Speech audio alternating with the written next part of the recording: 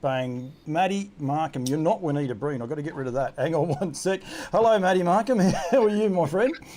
I'm very well, Paul Campbell. How are you, mate? I'm good. I'm good.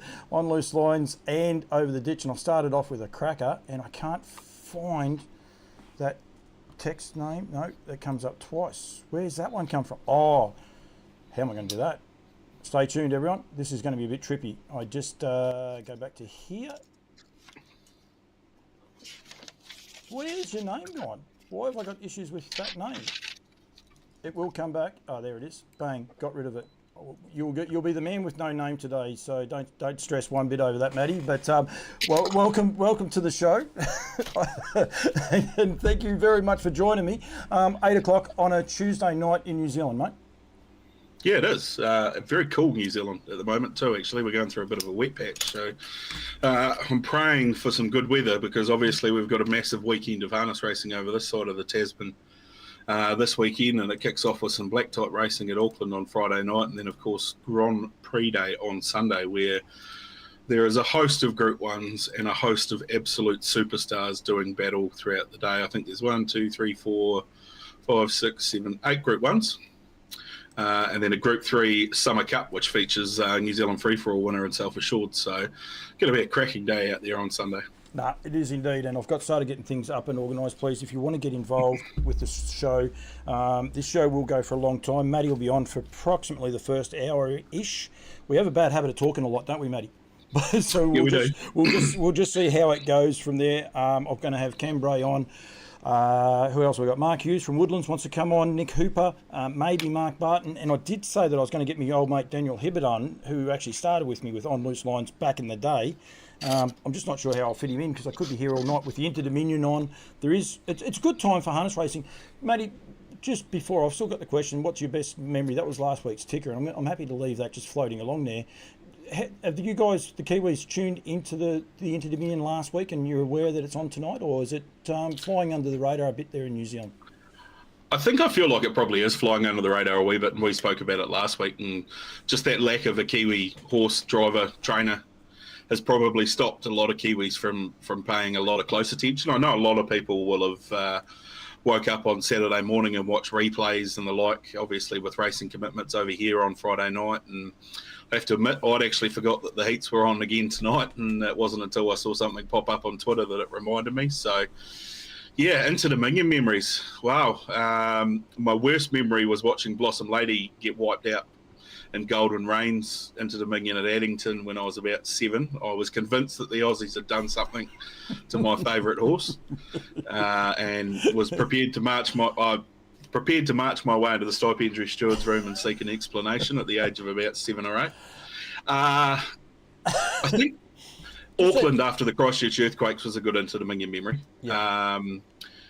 Just to see the meeting still go ahead. I was a little bit gutted that we couldn't obviously have it in Christchurch, but yeah, I had a close association with an Inter-Dominion champion that year, and I Can Do's It, who my brother Jeremy was the strapper of. So that was pretty special, seeing up close and personal how much that meant to people like Ken and Karen Brecken and Mark Burden and that. So yeah, plenty of fond Inter-Dominion memories. Watching Smolder win at Gloucester Park was yep. Pretty special. Yep. Just given what that horse had been through in his career, and I know that there were some pretty excited Kiwis on this side of the Tasman watching on that night as well. So yeah. Smolder, of course, great association for us, a lot of us Aussies, with Sean McNulty, who was the strapper of him, and I Can Do's It. I remember, I better be careful because Emily will tell me off if she was involved, but I think she was. Dunstan Horse Feeds went down, and I believe it was I Can Do's It. They were going to do either a barrier draw, there was something, and they put a heap of feeds in buckets. And they said whichever bucket he eats out of will be the winner. And I believe it took 45 minutes or something before he decided he'd eat out of one of. He didn't want to play the game. He had no intentions of playing the game at all. It was quite an interesting one. Yeah, the horse they called Lucky.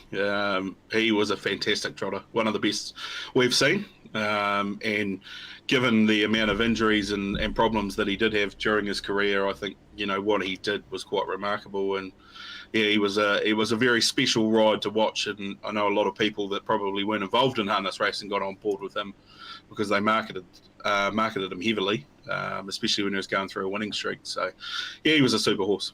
Yeah, absolutely. Emily sent a message. I was going to say it hadn't come through. It has now. I'm always careful about this. It was pick a winner for the last Jules off the top of my head, not me involved at all before her time. So I reckon that means she was guilty. Oh, bound to. Emily, she was probably running her website called The Digital Birdcage at that point in time and just hanging around the races, taking photos of people and horses without them actually knowing what she was doing or who she was. you know how to swing punches the right way as well, Matty, and I do enjoy. I won't be back next week, I wouldn't imagine, that's all right. You said you got your merch. You've got your same hat on, actually. Oh no, I got my Harness Life hat. Yeah. Oh, mine's over the side there. I've got the HRNZ one. I didn't realise I put the wrong one on, but yeah, no, they're good hats actually, and doing a good job. Doing a very, very good job. Just before we get back onto this week and everything, you said just the way I like it. I liked it. Flying under the radar. Blossom Lady being knocked over. You know the horse that what his name was? Stable name? Golden Rain. No. Paulie. Never forget it. Oh right. That makes a whole lot of sense now. Does indeed. Right, a little bit of news over here because apparently if you don't mention it, everyone says no one's happy to talk about it. Emma Stewart was given 6 months today in regards to the issue going back with Act Now. A couple of horses engaged in the Maryborough Cup meeting. I believe she's got till Friday to get her affairs in order and her right of appeal as well. But sometimes people say we don't mention it. This show's not necessarily about highlighting all the bad things, but yeah, definitely it is news, and it is news for participants on both sides of the ditch when the leading trainer of one state, and by a long way, gets rubbed out. So it's big news, and I don't know if that had made its way across to you guys over there at all, mate.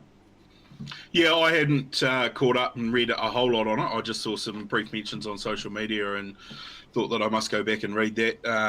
It's something you don't want to see, but in the same sense, it's also good that the integrity of the sport's being upheld, and I believe Emma will appeal the decision, or the severity of the decision at least anyway. So it'll be interesting to see what happens in the coming weeks as that unfolds and plays out.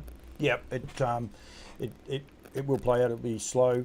These things do take time. People get upset. They think no one's doing anything about it. No one's commenting on it, but that's not the case. It's time. It's the way things do work. Cedric Cole, a bit before your time, boys, but my favourite Inter-Dominion was a dead heat in 1965 between Robin Dundee and JR at Forbury Park. Forbury Park no longer exists, I don't think, now. Popolette won the Trotters final. What a crowd. So, yeah. So is that right? Forbury Park is the one down south? Yeah, that actually is. It's the one in Dunedin that no longer exists. But funnily enough, Forbury Park Trotting Club are actually holding a meeting this week at the Gallops track at Wangatui, just on the other side of the hill. So the club still exists, but the track doesn't. Yeah, Forbury Park, 1965. I think I was only a twinkle in my old man's eye at that point in time, Paul. Probably at Forbury Park because he grew up over the back fence and that's how he got into horse racing. We don't need any more. We don't need any more. No. Your mum might not talk to us if you go any deeper into that conversation. Correct. You are fitting in very well with On Loose Lines. I've got the over the ditch part. Emily's underneath the table at the minute. She's thinking, I don't need this, but it is all good. We will go back. We're going to go back and have a look at last week's races. I don't have a lot of videos up. Actually, in fact, I've got none, although I think I can pinch them and bring them up. But just you off X now, not Twitter. Matty, you alluded to a potential change of gear towards Millwood Nike. We'll touch on that race on Sunday when we get to them and start highlighting them. But I think this is, again, anyone tuning in wants to be across this. It's a pretty important bit of news. Yeah, it is. What is she now? She's 17 from 17 after her win on Friday night at Addington last week. And, of course, she heads towards the New Zealand Oaks this week, looking to make it 18 in a row. Now, an hour and a half ago, I had a phone conversation with Nathan Purdon, and I actually posed him the question that what does he believe happens around the last bend? Because she almost looks like she labours for 50 metres or so and then straightens up and picks herself up. And Nathan's sort of explanation was that she's such a relaxed filly and she just does it as she likes. But they are toying with the idea of putting either half blinds or pull down blinds on her this week. And Nathan's comment was that basically they thought that might bring another gear to her arsenal, which is quite mind-bogglingly scary, given the way that she's performed in her career to date. And yeah, I think 2,600 metres of an Oaks is going to be right up her alley because she just oozes stayer, just such a effortless way of covering the ground. And if they can sharpen her up anything, it's scary to think what she could potentially do. Yeah, it is, and a lot of Australians, Georgie Coram, there's plenty of people on. Please fire your comments in, your favourite Inter-Dominion moment, and we'll keep on top of the heats of the Inter-Dominion as we're going, but get involved there. The people, I think, that have been to New Zealand and physically seen her, you watch her on the TV and she's dynamic. When you actually get there and actually see her and just see the way she covers the ground, there is something very, very special about her, and it's scary to think that they think she's just half knocking off. Not good for the rest of the opposition, that's for sure.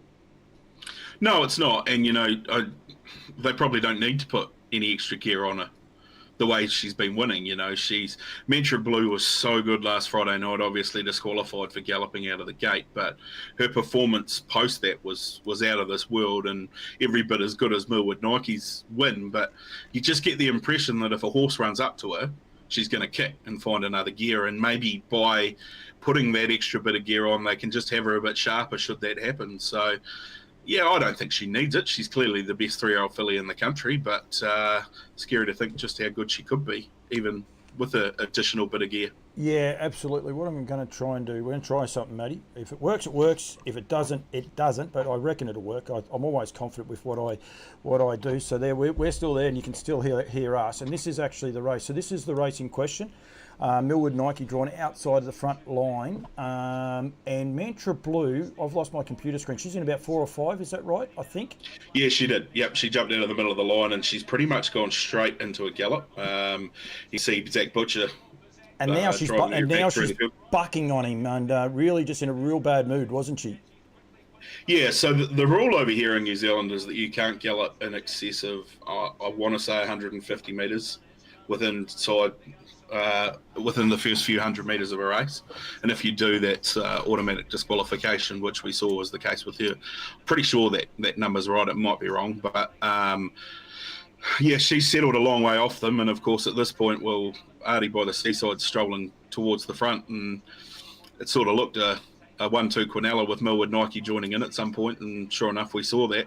And over a lapse time, but the runner Mantra Blue, who's still not in the picture there, given the quality of filly that's in front of her. In fairness to Maddie, is that her back on the fence? Sorry, it is her back on the fence. Yeah, a bit hard for Maddie. She's only seen a smaller screen of what everyone else has seen, if they're wondering. So yeah, massive performance from her, and you'll see her last quarter was something quite exciting. It was, and showed real speed. It was indeed, and I'm going to let it keep playing because it is an exciting race. Back to the winner, Millwood Nike. Probably not the ideal position for Mark to get around them, but I mean he's trying to look after it, but he also knows he's on something very special as well, and he's got other fish to fry later in the year. He's actually just playing with the reins there. It's funny when you say about just trying to wake her up a little bit. That must be where it's coming from, because I mean she wins quite nicely in the end, but he did just ask her a couple of times there with his hands, and he doesn't do a lot with his hands, Mark Purden. He's generally a very quiet driver. Well, generally he doesn't have to worry too much about his hands because his horses generally win that easily. But you're right, and Tim Williams has driven the perfect race here on Artie by the Seaside to try and beat her, and he's done it a couple of times, but she's just that far above them. Even at this point, she sort of still looks a bit flat. Now, she'd had a pretty light time from her Cup Day run and probably went into this race at about 80 to 85%, obviously with the goal of getting through to this Sunday to be at her peak. But that turn of foot at the 200-metre mark that you see there when Mark just sort of runs the reins over a rump and, wakes her up and gets her on the job, it's quite scary what she does within that last furlong of the race and the ease in which she did it. And you just can't help but think that if Mantra Blue had rushed up to her, she would have fought. Yep. Obviously, you can't tell, but that's just the way it looks. It is it's a bit of a mouth-watering, I suppose, race again to this week. Just the way they did go, the way Mantra Blue, the ground that she took off, exactly what you're saying there with Millwood Nike and her turn of foot. Mantra Blue, go back and watch a replay of that. Go to Harness Racing HRNZ and watch the replays from Addington. They're easy to do. But her turn of foot, again, over that last, it was 28.3, but the ground that she took off those first three horses was just unbelievable, especially in that last furlong. Yeah, and they're quality fillies that she's, running up on from giving them a head start. Artie by the Seaside obviously came to the end of it inside the last 50 and stopped reasonably quickly, but did enough to hold on for second. And, Carlo Flyby was considered one of the better fillies in the country 12 months ago, and she probably hasn't quite struck that form this time in, but she's not far off it. And I think she's trending up at the moment, which is encouraging signs for her. But it is clearly a one-horse crop with Millwood Nike at the top, then a gap to Mantra Blue, and then a gap to the rest of them for me at this point in time. Yeah, and Mantra Blue has to mend her manners. She can't afford to do that again this week.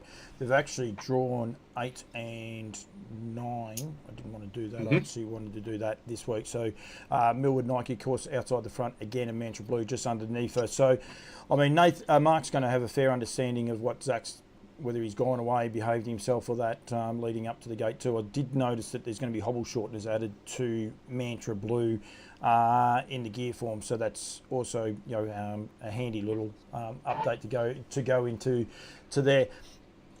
We'll stay on that actual meeting. Sorry, last Friday night's meeting at Addington, because there was quite a few interesting races, if you like. Empire City for the Williamsons. This is a real high-class filly. She's just doing a terrific job by Volstead out of Liberty City. Peter Argus, he'll be very, very excited. I'd say he's going to be back there on Sunday as well. But super exciting filly, very, very professional. Yeah, she is. She's what you expect from a Phil Williamson trained juvenile. Well-schooled, well-behaved, well-mannered. And seriously talented. I know she's run home in slower than 60 seconds to win on Friday night, but she's jogged the last 200 metres, if not 300 metres on her own, and coasted to victory. Ricky May jumps back in the bike this week. Gives Ricky probably his best chance of Group 1 success since he had his medical incident at Omacare a number of years ago, which is scary to think considering how many Group 1 winners he's actually driven in his career. But she is the pick of them at the moment, and she's drawn up beautifully on Sunday, so I would expect her to go back-to-back, I think. What race, Matty, just to help me out? Early on in the day, the 2-year-old Group 1, which is, as I bring the field up. Race 4, race number 4, which I have it there now. And why is Nathan not driving? That's what had me. Yeah, Ricky had been driving it, but Ricky was obviously suspended last week. And drivers were sorted out for these horses a wee while ago. Obviously, with Matthew and Brad having their own stable runners engaged, Nathan was aligned to another trotter that never quite reached the level that they thought it would. So the drive's going back to Ricky this week. Obviously, another aspect to it is the inclusion of the Redwood winner in High Step, who steps out. Now, funnily enough, same conversation with Nathan Purden. He actually felt that their other runner, We Can Have It All, might have been the better chance of their two runners in the race, even though it's drawn 8. So just something to maybe put away for a rainy day on Sunday, to maybe if you're sitting there and looking to have a play at Addington. Yeah, I will say to some of the Australians, have a little keep an eye on a lot of these. There's a lot of these horses with a lot of ability. Princess Sadie, I think she's just been a bit unlucky. There's a couple just seems to be better than her week in, week out. Even horses like Judy J, Sheree drove her a little bit out of her normal pattern, I suppose, last week. Put her into the race and maybe have not have handled it, but she's got terrific finishing speed. And there's plenty in there. Even a horse like Florence the Machine has got plenty of ability. She has plenty of little tricks as well, but it is a great crop of 2-year-olds, and it's a great crop of 2-year-old fillies especially. Yeah, it is. The days of seeing 13 2-year-old fillies going around in a Group 1 have been few and far between over the last 15 so years. Generally, we only have a front line in some of these end of season features, so it's great to see the depth there, and that change in calendar and birth date for the horses has really had a positive effect on our juvenile racing and the depth that we've got. Yep, definitely. Nathan Butler, talking about special, how about Prince Tikas win at a lazy 164 to 1? Is that a horse that won in New Zealand, or am I missing something here? Yeah, Prince Decker won on show day at Addington. I'm not sure if that's the one that the performance we're talking about. The mighty Prince Decker.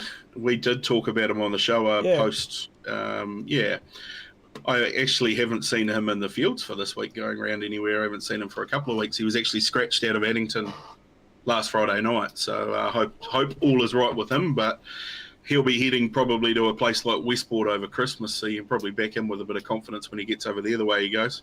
He wasn't 164 to 1, was he, or was he? I can't remember. Yeah, I didn't think he was that big of odds. I thought he was bigger. All I know is that I didn't back him, so I wouldn't be able to tell you what he paid.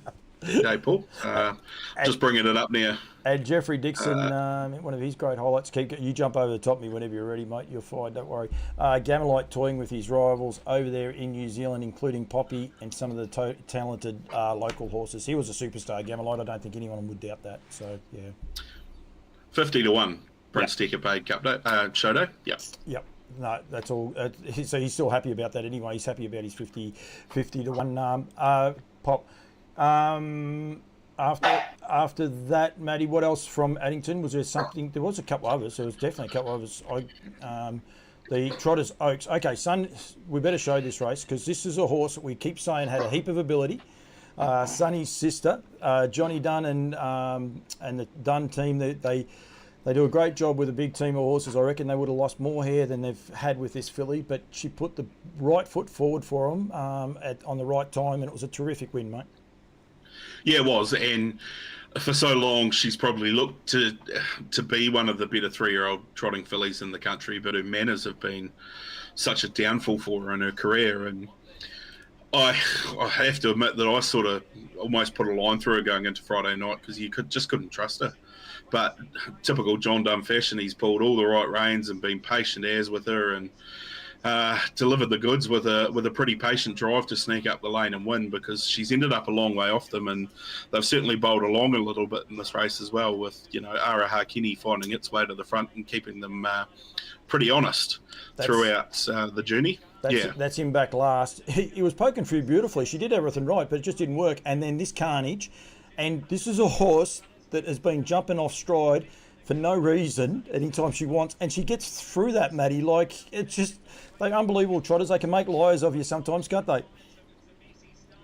Yeah, they can. I mean, you often find it's when they switch off and they haven't got anything to focus on horses that's when they lose their gait. And maybe she's a little bit like that because, as you say, she trotted like a stag through the middle of all that melee coming around the first bend. So, I mean, at this point to me, Paul, it was Ara Hakini's race to lose. I thought she'd be pretty hard to beat in front, but it wasn't to be for her. There were some good runs in behind. Obviously, High Energy was first up for a while, and she's run a good race. She's Bella went good, but the run of Julie Jacker, the Southerner, it was one of the performances of the night, I thought, for her, because I sort of didn't have her anywhere near contention for a race like that. But Brett Gray always brings horses up to Canterbury that can win, and he had a nice 2-year-old filly early in the night called Always Be Ticking, who run fourth as well. So, yeah, no, very good performance from obviously the winner, because, I mean, Sonny's sister's still a long way off them at that point. She's third last, yeah. Maddie Williamson's got their wheels spinning as they run off the back. So, no, very, very good performance. The horse that Maddie was talking about there from the down south, Brett Barclay's horse, is behind the leader. It actually looks gone here. When you watch it, I watch this race live, and I was like, where did that horse come from? Because I was expecting this horse to start dropping out. It stuck to its guns terrific, didn't it? It did. Yep. I mean, even still at this point, you thought the leader was the one that they all had to beat, given that she'd had it pretty much on her own terms. But John Dunn's plotted the perfect path here, because he could have come off at that point and probably wouldn't have got anywhere to the inside of Malzadell, but he's just, gone back down to the fence and allowed her to balance up. And she's got a bit of that speed of her brother Sunday Sun. There's no doubt about that. And she certainly knows how to find the winning post when she's in the right frame of mind. Yeah, definitely, and it was good to see. She's a lovely filly, and she's been a bit of a head scratcher for him. She's kept them honest. There's no worries there at all. But it was just a good win, and good to see for everyone involved. And I think well done to them. And she goes around in the Derby this week as well, as a couple of these fillies are going to be making their way into it, and we'll touch on that in a sec. But it was a very, very good comprehensive win. The other one, actually, we better touch. Merlin. I won't show Merlin's video because it was a little bit regulation. Apart from his early gate speed, he was dynamic out of the gate, mate. Yeah, and given the fact that he's now drawn inside Don't Stop Dreaming for the Derby this week, that's a massive tool to have sitting there ready to use. He's very, very good when he finds the front, Merlin. Yep. Very good. Yep. Almost, what do we say, the perfect storm kind of form. When you find the front, you're running for second kind of thing. And once he found the front and got away with it the way that he did, he was always going to be very hard to beat. I think the biggest surprise was he paid $6 on the tote over here. Yeah, which was massive for a horse of his ability. And to me, I think he is the horse to beat in the New Zealand Derby this weekend after what I saw on Friday night. The stablemate might have a bit of a say in that Derby run too, because I think from memory he's drawn 2. He was terrific. I thought he was a lot better. The sooner the better we're talking about there. The first 5 were very good. I thought they were very, very good. But yeah, sooner the better. When I saw barrier 2, I thought, geez, you're going to be a cheeky each way chance, I reckon. Well, he could potentially end up trailing Merlin again in the Derby.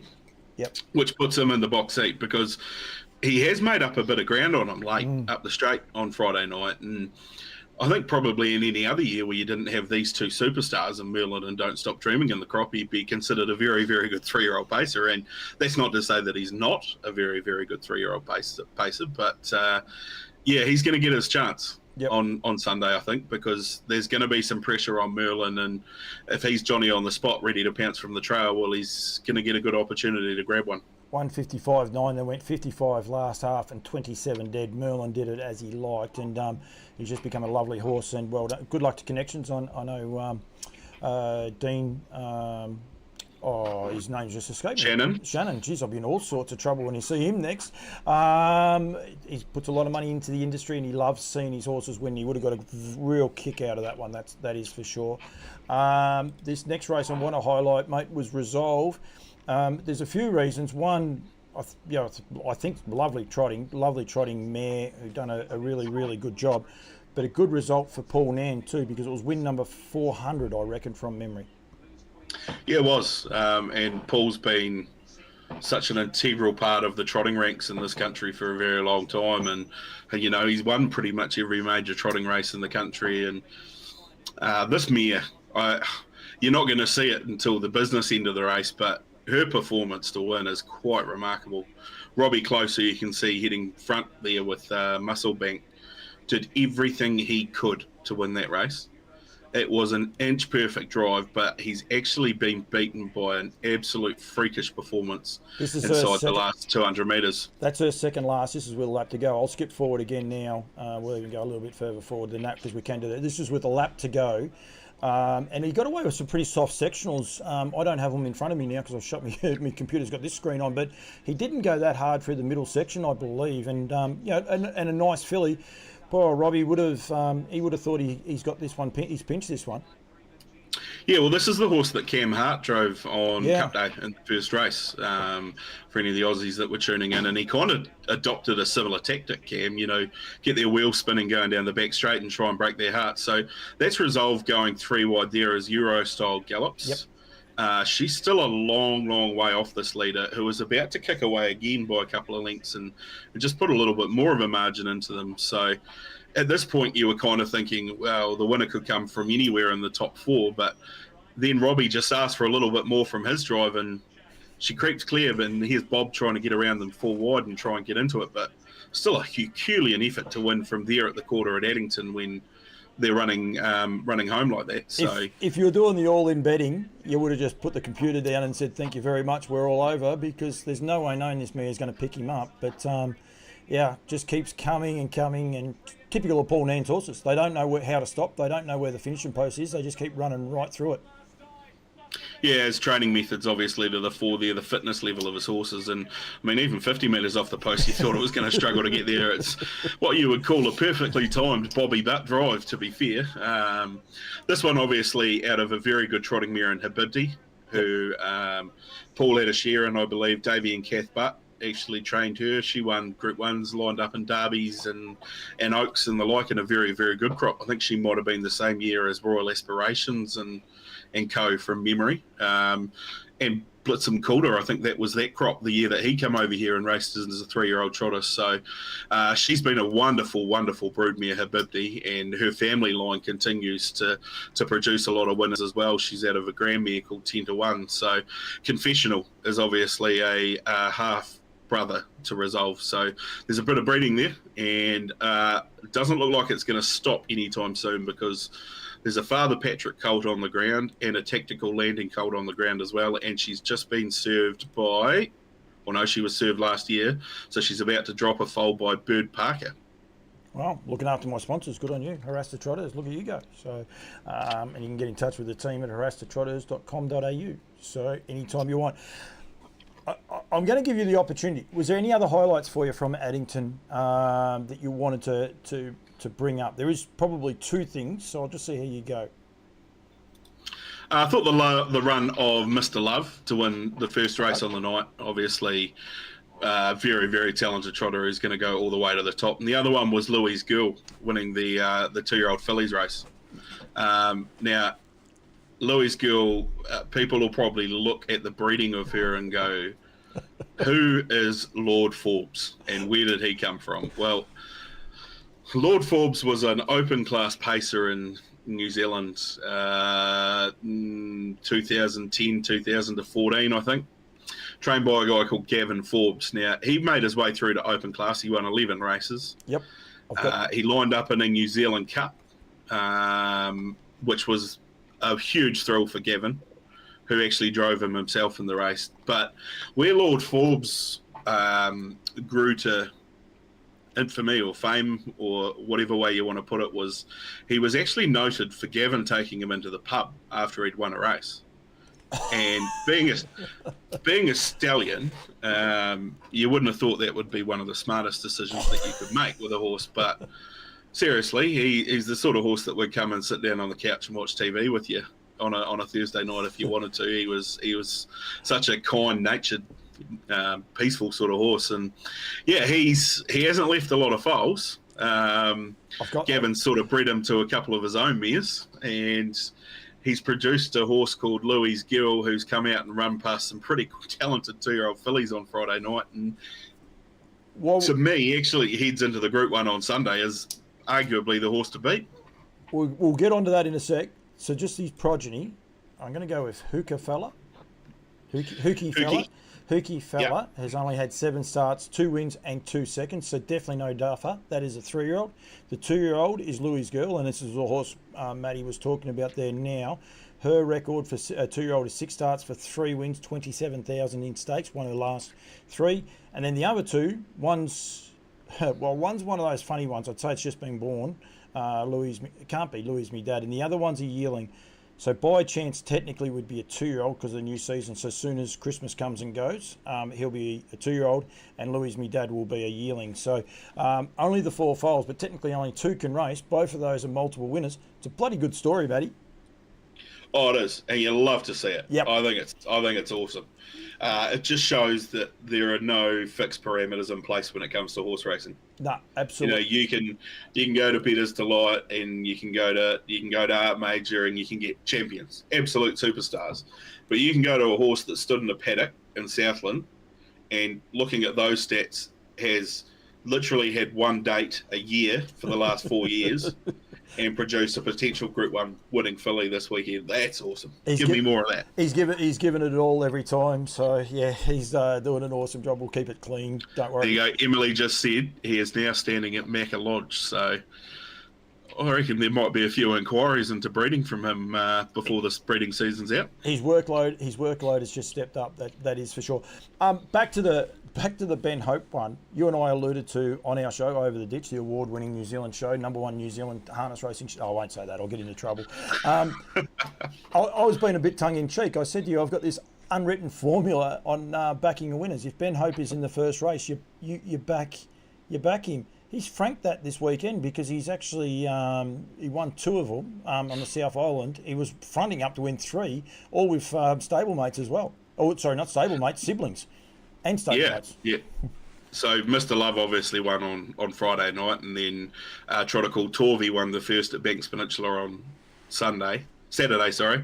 And then Freya went to Methven as a $2 favourite, looking to win the first race at Methven. So all three of them are out of a broodmare called the Earth Moved, who incidentally about 2 weeks ago we were sold on Gavel House Standardbred for a very low price, I think, from memory. Actually brought by Alan Edge, who is a noted amateur driver and trainer, amateur driver and also a trainer over here in Canterbury, and does a good job. So she was a very nice horse herself, the Earth Moved. I know, I think Ben actually unofficially owned her when she was a racehorse because he might not have been old enough, but she did a good job. She was out of Deirdre, so she tracks back to a very good family that's closely related to Mombay and the like. She won 6 from 47, and she's left a number of winners, so she was probably a good buy. The other one's Crazy in Love, who won 2 or 3 weeks ago for the Hopes at Mochgarara, so she's done a good job. Yeah, she has indeed, and the Earth Moved. Michael House foaled her down, and it was the day of the Christchurch earthquakes, so that's how she got her name. So you never forget her name once you know it. Cam Bray will be on later on. I've got a feeling, but not 100%, it was about $11,000. I think she was, but I might be wrong. I might be way off the track with that. So no, you might be right. Yeah, I'm not sure. And the rest. Akaroa, was there anything else from Akaroa there? Very good performance from Franco Indy to win the Akaroa Cup, as he probably should have. He was the class horse of the field, and he delivered in very good style, beating a horse called Kiss the Girls, who did a very good job fresh up from a spell for Derek and Adele Jones, and Leicester run third for Kim Butt and Warren Stapleton. So it was a good grass track feature on a Saturday afternoon. And Franco Indy, he presses on to another Country Cup this weekend, this time at Geraldine on Saturday. Yeah, 7,250. Emily's come up with. She's all over it. Hello to you, Tyler Dew. We might need some winners, Tyler, for the weekend. So I'll get your head thinking on it. Give us some Group 1 winners. He fancies himself as a bit of a tipster. He might have one in himself. Michael House as well continued on their good run. They had another winner as well. So he's doing a good job at the minute, Michael. Yeah, he had Boys Invasion, who won that trotting race that we talked about last week that was put on for the 6-year-old and older trotters, worth 17,500, and it was a nice wee competitive race. So no, the family horse actually ran second in it to Michael's horse, Boys Invasion, our horse DD Super Stewart. So yeah, everyone was talking about how positive it was to see a nice stake race for the older horses, especially the trotters. Yeah, no, and Michael would be rubbing his hands together. He'd be very, very happy with that, no doubt about it. So that was it. Methven played at home for you. There was 2 feature races, the Green Mile trotting and pacing. Oscar Bonavina was outstanding. I thought he has really found some terrific form, hasn't he? He is. He's in the zone at the moment. You know, you talk about trotters being in form and being able to hold that form. That's where he's at the moment. 10 lengths he won by. 10 lengths. And he jogged it. Now, he didn't run any speed records or anything like that, but he just looked a horse in the zone. He was just effortless in the way that he did it, and he'll go and chase a Group 1 in the New Zealand Trotting Free-for-All this weekend. So he's right in the zone. Good run from 2 of the roughies in the race to dead heat for second.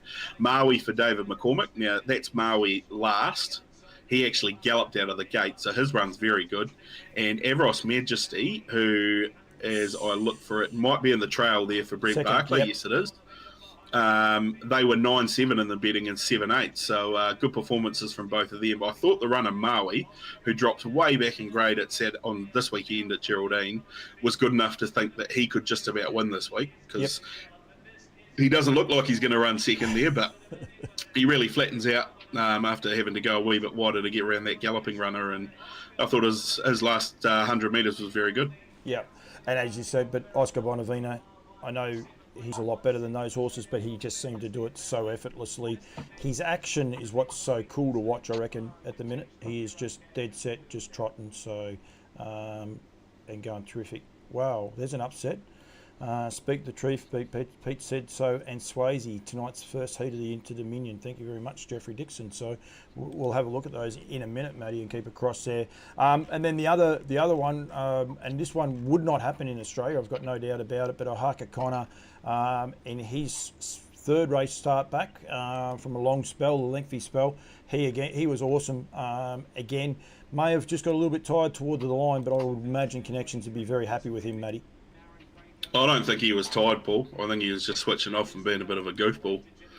He's still a bit of a raw product as Connor, but there's no doubting his ability. This is a rather untraditional pathway towards a New Zealand pacing derby for a 3-year-old. Go for a mile on the grass a week beforehand. The alternative was racing against Merlin and Don't Stop Dreaming, which he's got a race this week, admittedly, on Friday night and potentially having a gutbuster, whereas they've gone here and he's looped to the front and he's done it pretty easy in the run to the line. You can sort of see him start to switch off a little bit here. The horse that's running at him is a horse called Franco Norton. Now, he is a very, very good horse, and we will never see the best of him because he's had injury problems and ailments and illnesses that have kept him from living up to his full potential. But he has got unreal speed on a grass track, and he'll carry that through over the next 2 or 3 months as we go through this Country Cups pathway. 24 starts and 10 wins. He's a nice horse, actually, isn't he? But as you said there, what is he, a 7-year-old? I think I saw 5-year-old. 24 starts, so they might be able to. What's his issues? Has he got lameness issues? Oh, just leg issues, and I think if there's any kind of illness out there, he'll catch it. I know they've been tearing their hair out a wee bit about it, getting his bloods right. One place that he does seem to absolutely thrive is Cromwell. So the McRae stable always goes down there and spends a couple of weeks down there, and he acclimatises with down there. I think he's won 3 races on the Cromwell grass track alone. So, and they only race, well, it used to be twice or once a year. Now they're racing 3 times a year. So he's got a pretty good record on the grass, and particularly down in that part of the world. So look out for him at Central Otago in early January. I was going to ask that, so I'll be there for that. So yeah, that's a horse we'll keep an eye on. We might catch up with Graham Thornley and that, and a few of the other people that we don't know a lot about. So I reckon that'd be a great thrill for Shannon Price winning a Inter-Dominion heat in her hometown. I'm sure they'd be bloody wrapped, the Raboki team and everyone else as well. So just trying to see the times. They only went a lazy 151.9, so and 54.7 last half. So I'd say I don't think there'd be too many people upset by the sounds of the way they've scooted along there. So I'm not sure. We don't know how that race was planned out, but anyway, that's okay. We'll keep an eye on the results as they come through. I could show the races live, Matty, but I would get pulled in straight away, so I can't do that. So it'd be good for viewing. It would be good for viewing, though. But yeah. Anything else from Methven before we go to highlight what's a super Sunday of racing? No, just more, and probably something for you guys to keep an eye on in the next 2 weeks or so. Sarah O'Reilly at Sarah O'Reilly's absolute best, winning 2 races on a track that she's had a lot of success with. The first one was for her dad, Jared, a horse called Better Be Sharp, who won by 7 lengths, which at any other Methven meeting would have been the biggest margin of the season. Thanks to Oscar Bonavina, that's not going to happen. And then she won the last of the day for Brett and Timmy White with Franco Messi. Yep, and she's got a great association with them. And those boys have got a big hand to play in the derby coming up later in the week, the White boys. When does she come across here? So it must be next week by the looks that they come across for the junior drivers race. Yes. So Sarah said she flies out Monday after Grand Prix Day, and that's the travel day. And then I think they start competing on the Tuesday night. Yep, and we've been told off, and rightfully so. We forgot about Sam Otterly for 700 winners, the most winningest female in New Zealand. She's going to get some challenges coming through, Sarah, as well. But congratulations, brilliant effort. Oh, it is, and Sam's in a world of her own at the moment when it comes to that kind of stuff, and I think her records are going to be very long-standing. She is going to be, touch wood, nothing happens or anything like that. She will get to 1,000 wins. She's got this really strong association with Mark Jones at the moment, which provides a number of drives for her each season, but she's also got associations with a number of stables away from that as well that she drives a lot for as well. And one of them on Sunday that brought up her 700th winner was Holly Highlander for Kevin Fairburn, the man behind a couple of nice open class trotters that some of your Australian friends might remember in Glenn Bogle and What's Under My Kilt. Who did a very good job. So Kevin and Wendy Norquist, another big supporter of Sam. So, she's one of the good ones, Samo, and was very, very pleased to see her get that milestone because I know she'd been sweating on it for 10 days or so. So, yeah, no, good to see that one achieved. And her boss went and drove 2 winners in that time. You know, he did the wrong thing. No, I'm joking. It's all good. And I think it's great to see Mark back driving as well. And yeah, what's under my kilt? I reckon Lance Justice drove him in and into Dominion down here from memory. The random things you remember, I reckon he had the white helmet of Lance Justice on him when he came to Melbourne. If it wasn't an Inter Dominion, it was a Great Southern Star, but I definitely remember one of those races that he competed in here. Yeah, it'd have been Inter Dominion because I don't think he was racing when the Great Southern Star was invented. Yep, no, you're right. I think unfortunately, I'm showing my age, and you're right. The other one it could have been was the Australasian Trotters Championship, which has fallen from grace in prize money, but used to be a terrific race, and people used to horses come from everywhere for it. But I reckon it was the Inter Dominion. I do remember him being over here. You've got a funny look on your face. You're going to say I'm wrong?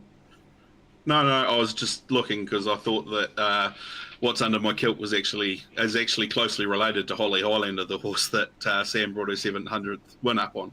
So Kevin's had a long-standing breed of horses that have produced a good job, and they're all trotters that have done a good job on the track. So, yeah, he was a nice horse. What's under my kilt? Shane Walkinshaw was a driver who actually drove him a lot, and may have even won a Group 1 on him.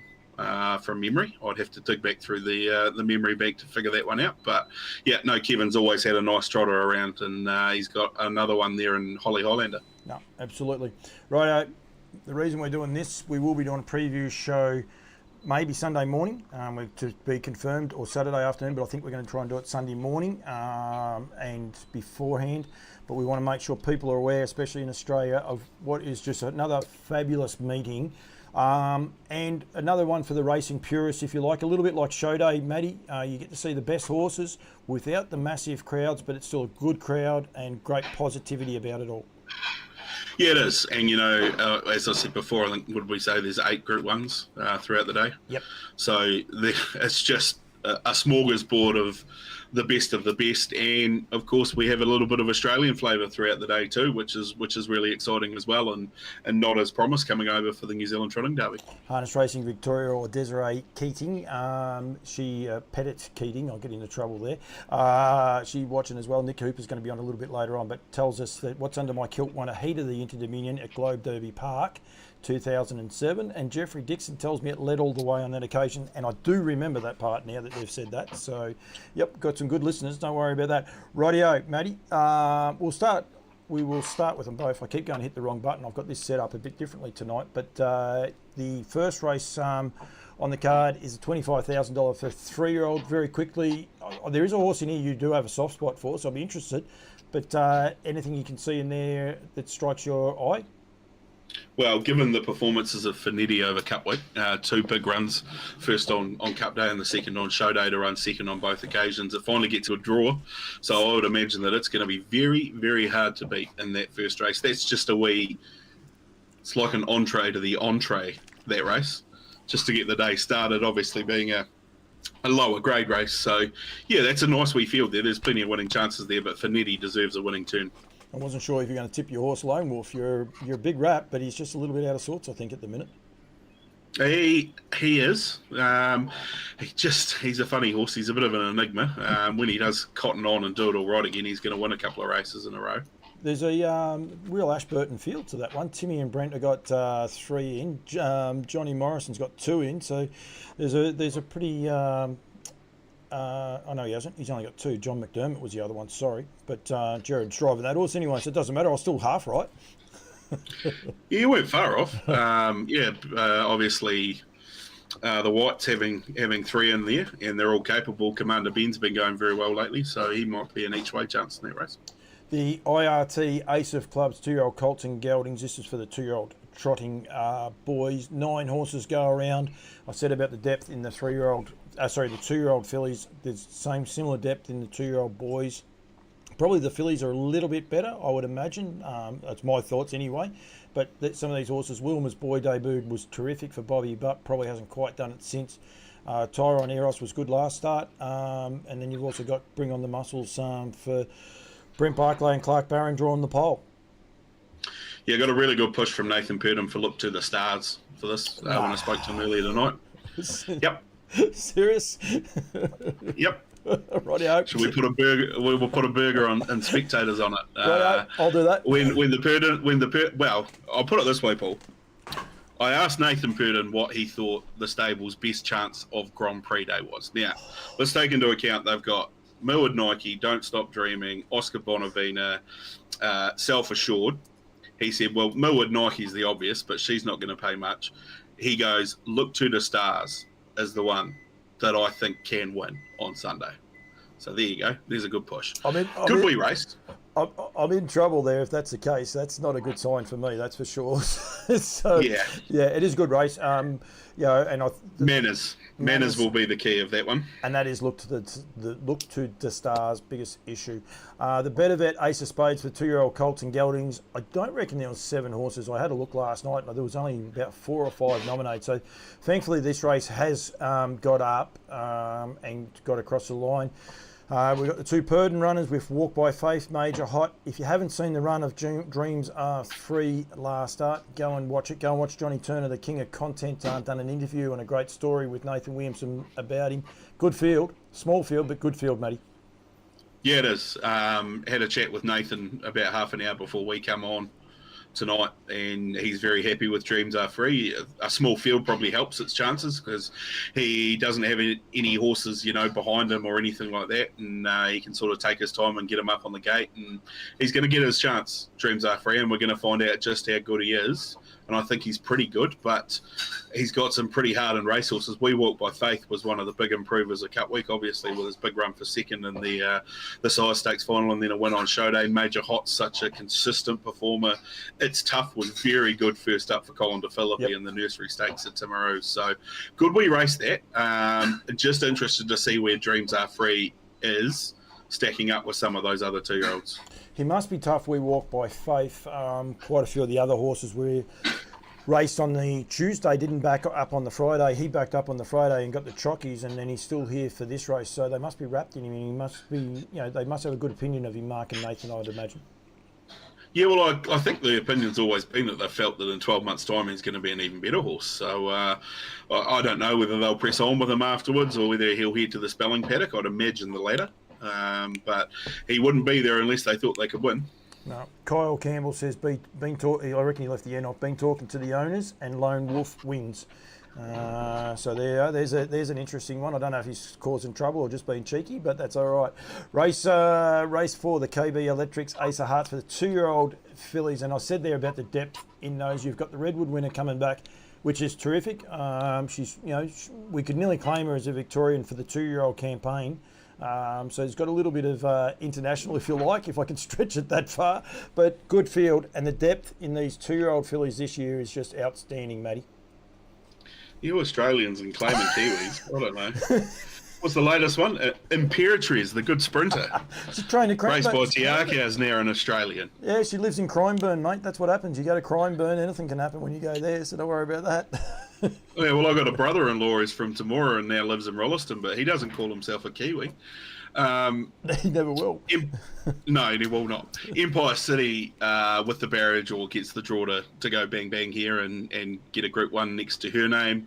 Good field, and you're right, there is a lot of depth because, Lucky Mum was such a good winner at Rangiora a couple of weeks ago and hasn't really come into any conversation. You've got Princess Sadie, who we've talked about, high step, and obviously got a good push from Nathan about We Can Have It All, the second of the All-Star runners. So manners, again, are going to be the key because some of them can do the odd thing wrong. So it'll be interesting to see what pans out in that first 200 metres. What did you make of Freya's run at Methven the other day? She started favourite, taking on the older horses. Gets a good draw here in this race.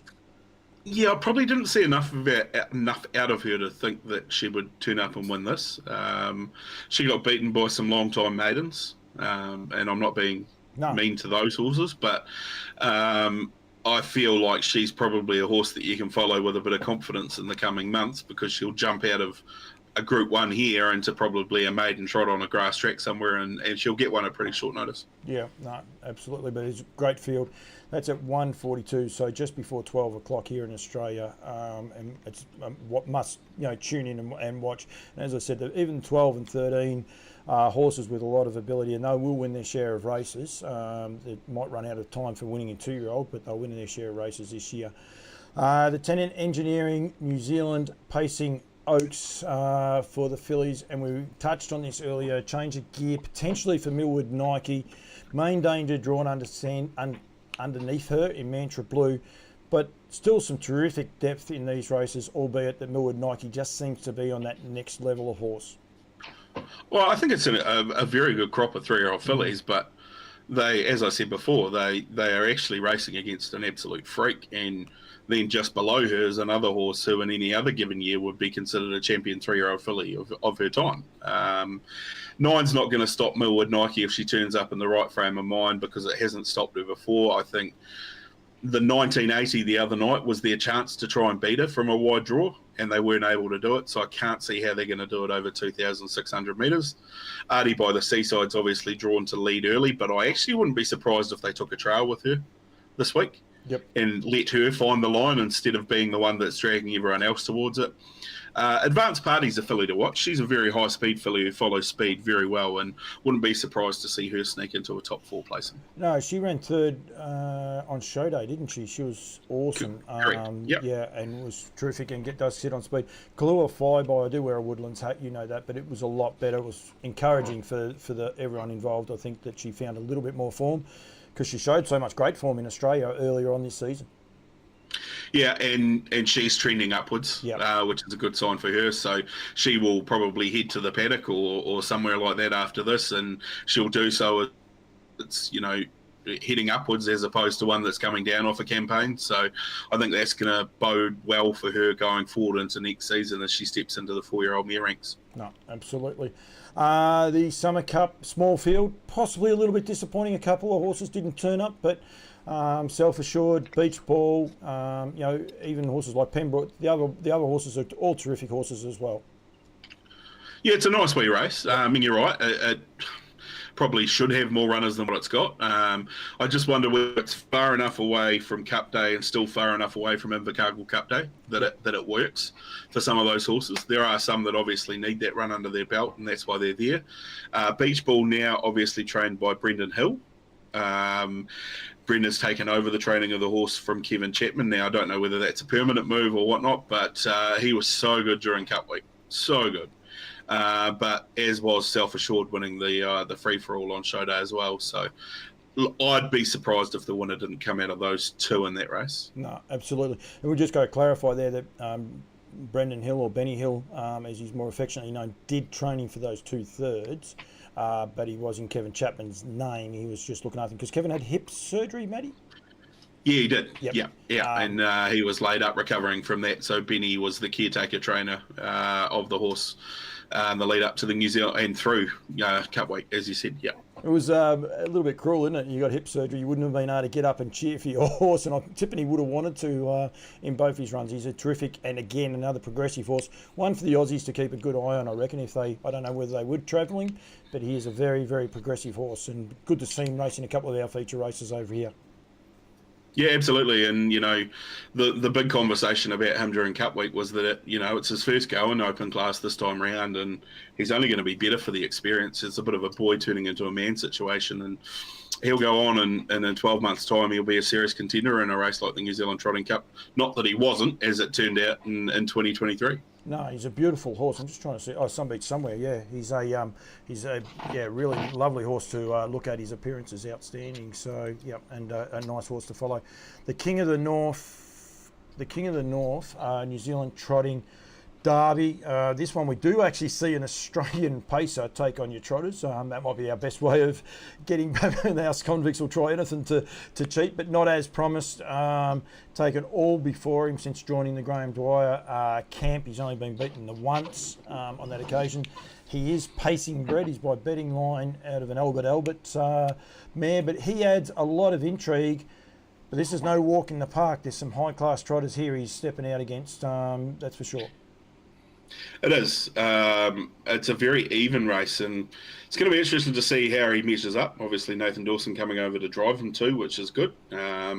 Cop's a wide draw, but I don't think that's going to matter too much. We're in a little bit of an interesting situation with the Derby this year, and the fact that there's 8 fillies lining up in it. Now, you go back through the list of derbies and you would struggle to probably find 8 fillies that have lined up in it in the last 5-6 years. So it's something a little bit different this year, and there's some quality 3-year-old fillies in there as well. A lot of the best 3-year-olds for me from the Kiwi side of things have got big question marks around them. You couldn't back Confessional with any confidence the way he's been going in his last handful of starts. Gold Bullion ranged up to probably win on Friday night against Mr. Love, and he blew it into a gallop. So maybe the fillies hold the strongest hand in the race. She's Bella will appreciate the 2,600 metres. Sunny Sisters in there, obviously, draws 1, which is a little bit different to the draw she had on Friday night. So he gets a good chance, not as promised. Really, really good chance to grab a New Zealand Group 1. Walking on Sunshine, she ran second in the Northern Derby. She to Love Me Too, who obviously is not right. He raced at Auckland. Was it last week or the week before? And he was just a little bit plain on that occasion, and obviously not right. They didn't bring him down. I didn't think he was plain. That was the race that Luck Chin got to the front, and he just kept them rolling, and he was about 20 lengths in front coming off the back.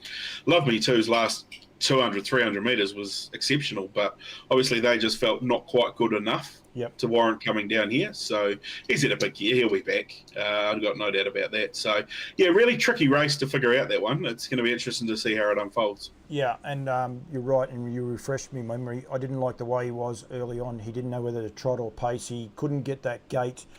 And the horse owned by Harasta Trotters, Cash Lover, got past him, giving him, I think, 20 metres start, and got past him before he actually found his rhythm. All cashed up. All cashed up, thank you. Then he went from there. The box seat, Ace of the Diamonds for the 2-year-old pacing fillies, the horse you were talking about for Craig Ferguson, what do they call him? Little man, Louis' girl, the unfashionably bred horse taken on the might. Some of the bigger horses. Can she win from 7, Matty? I think she can. The speed that she showed to win the other night was sensational. So I've got no doubt that if she gets a bit of luck, she's going to be very, very much in contention at the business end. Treacherous Lovers drawn to lead.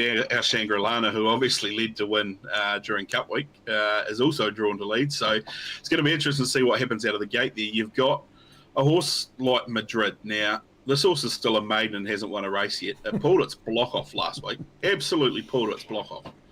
I've got no doubt that if it relaxes and does everything right and gets the right kind of trip, that it could win this race on Sunday. I've got no doubt about it. But, you wouldn't want to play poker with her because she'd pull all sorts of tricks out on you. So I think there's going to be enough speed early that Craig's going to be able to maybe slot into a good position with Louis' girl. And if he's close enough turning for home, I think the speed's there that she can get over the top of them. So another really intriguing and even crop of horses. Yeah, absolutely. And for the Aussies, Ask Me Lazarus was the first winner for Lazarus in New Zealand. Michael House and Wilson House there. So possibly a bigger ask this week for her, but she's in there with a chance.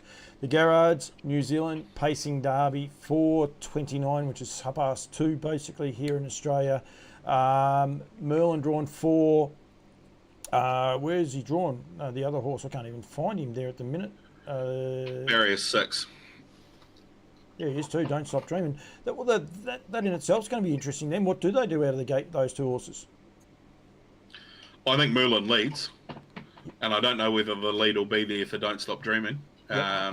Because of what we talked about before. I think he's one of those horses that once he finds the front, he's incredibly hard horse to run past. And he's got the draw that he can punch out, find the markers. Probably the lead will be there early from his stablemate, sooner the better. And they should be 1, 2, 3 tuning for home. And with the advantage of being on the inside throughout, I think Merlin's the horse to beat. So I think it's his derby to lose given the barrier draw. Yeah, it's a good field of 3-year-olds though. And again, some of these horses will find their way over to Australia. Hopefully for New Zealand, just short term, but I've got no doubts that some of the people would be saying, well, we're going to be racing each other for a long time, but there's huge depth in this race. Sooner the Better was terrific last start. Jollymont, Arna Donnelly, he hasn't really done anything wrong. Draws don't always work out for him. He gets good draws. They seems to get behind the wrong horses, and the likes Triple G starting to show form again. Wagstar's a beautiful horse for Mark Hurrell and Craig Ferguson. Coney Island Lou's got blinding gate speed. They won't use that from that barrier draw, Matty? I wouldn't think so with Merlin and Don't Stop Dreaming drawn inside you. You remember too that Don't Stop Dreaming led from 9 to lead the junior free-for-all on Cup Day, so there's plenty in the tank there early. It's going to be a bit of a charge of the light brigade out of the gate, I think, and whoever gets to the markers first is going to be in the box seat. And the horses off the back row, we saw Ohaka Connor win at Methven over the Green Mile the other day, but it is a shock and draw for them. The one horse, will it hold up reasonable, Matty, or will it get shuffled back a fair way? Well, it's probably going to be 3 fence if the race maps out how I think it's going to map out, but I don't know whether they'll want to be there with him. No. Maybe they will. Yeah. Or maybe they try and get off the fence early. Stonewall have copped a couple of bad barrier draws in that race with their 2 3-year-olds, because Older Meteor was a top 5 chance for me on the way that he ran for third on show day. Yep. But not from that draw. No, it's a shocking draw, 14.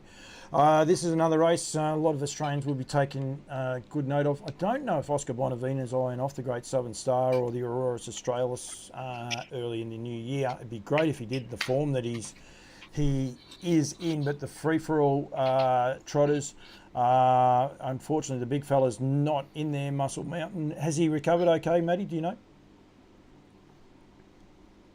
He has, but then there was just another wee niggle, so he's actually gone to the paddock. His year's done. He'll come back, obviously, in the new year and build towards a new campaign, which I presume will include going back to try and win a Rowe Cup at Auckland. Whether there's Australia in there, I'm not sure yet. We'll try and catch up with Greg Hope at some point over the weekend and get that news for you. Should be Oscar's race to lose, really. I think the 1980 really suits Majestic Man from a good draw. He's got a chance to buzz out and try and get onto the top end. And Smoking Bandar's the other one. Yeah. Now, I spoke to Craig Ferguson tonight about his chances, and he didn't actually feel that the second row draw was such a bad thing. By design, the horse has led in most of its races because that's the way that he generally likes to race. But Craig feels that he's just as good coming off the back of one. So he's got options to see how Bob wants to get out with Resolve, or he can jump straight off and look to get out into the running line and try and work his way into it at the right time. He's probably good enough to push Oscar Bonavina if it came down to it. But it's just going to depend on where he ends up in the running after that first 150, 200 metres. Did Smoking Bando, he was chasing him home in his last start. Oscar Bonavina, he was one cart wider around the turn from memory and ducked back, got that sort of length gap on him. But Smoking Bando didn't shirk the issue, that's for sure. No, he didn't. And I think the shorter course will probably suit him more than it'll probably suit Oscar at this stage, but which is odd considering he won by 10 lengths over a mile on Sunday. But it'll be an interesting way into the day, that race. Should be Oscar's race to lose. No, absolutely. It'll be a lot of fun. Also, What's Up My Kilt ran third in the final, so these guys keep on top of everything. That is for sure, and that's some of the Inter-Dominion. What else for the rest of the week, Matty, before I let you go? But is there anything else you wanted to highlight? We got Wingatui on Friday. They've got a good card of racing down there, so that's their Forbury Park Trotting Club meeting. There's Waikato on Thursday night. Auckland, they've got a black type race for the mares. Obviously, we lead into the Group 1 Queen of Hearts, which is in a week or 2 weeks. You've got Lady of the Light, who's been flying, Life's a Beach, Manhattan and Artie's Express all going to war in that, so that'll be a really intriguing race for Friday night watching. And then back on the grass at Geraldine on Saturday for a good card of racing there. They've got some good stakes. I think the maidens are running around for $15,000, so that'll be worth a look. And a good country cup that features the likes of Franco Indy, Franco Norden, also Deny Everything, who was so good winning the Tamaroo Cup a couple of weeks ago. So looking forward to being out there and hopefully enjoying some grass track racing and some sunshine. I watched Geraldine. I was thinking I've seen that track. I was down at Invercargill last year, and it was one of the wettest days I reckon I've ever seen run on a grass track, actually. So it holds up to plenty of water, that track, by the looks. Yeah, it does. On a dry day, they're capable of peeling off 26 quarters on that track. It's very, very quick. So always a good day racing, and there's been plenty of grass track racing leading into it to grab some form out of if you're looking to have a play. The New Zealand moniker, mate, is to the fore again with the Inter-Dominion heats with Narano for Jason Grimson. Beating, the results aren't actually up yet, beating Better Eclipse and Turn Me Up which I think has turned it up. Yeah, it is. It's turned it up, but that's the old spell check. So 27 degrees and sunny for Geraldine on the weekend too, so that'll be good. But come from Barrier 7. Jason Grimson's won 2 Inter-Dominions. You know, he'd never won a heat of an Inter-Dominion before the other night. Random stat for you, isn't it? Unbelievable. They just, him and Cameron Hart, just keep winning races. Yep. Yeah, absolutely. But Better Eclipse has done a good job from a tricky draw as well, I would say. And another for the locals. The locals going okay over there. We will rub it in again, but I do believe New Zealand breeders were the ones that come up with this stat that effectively half the field is made up with horses with the New Zealand moniker behind their name in this Inter-Dominion. So you might not have a trainer or a driver actually competing. There are plenty of breeders and plenty of people there watching and the effects that it will have for the catalogues and racing into the future. We might actually, I was just thinking about it, have to lay claim to Adam Sanderson. Of course, being a former Kiwi himself, maybe that's who will hang your hat on. Surely there's got to be someone else that you can hang your hat on. There'd have to be an owner or two that's still got horses. You'd be able to go from there. So he's gone quiet. We'll find something. We'll claim it as our own. You'll find something. You'll be right. But yeah, all right. The rest of those heats are competing. The next one's on in about 27 minutes. Matty, thank you very much, mate, for joining me. As always, well done to all the Kiwis that have won races. We like to highlight those sorts of things and go from there. But thank you very much for joining me, mate. I will be catching up with you, I think, next Sunday by the sounds. Sounds that way. We just do what Emily tells us to do, otherwise we get in trouble. So, yeah.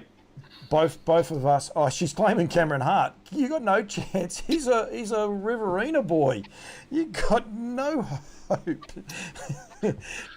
Even David won't claim to be a Kiwi, and he's been there longer than what Cam has, and they're related. So you got no chance. So he's a very, very gifted driver, that's for sure.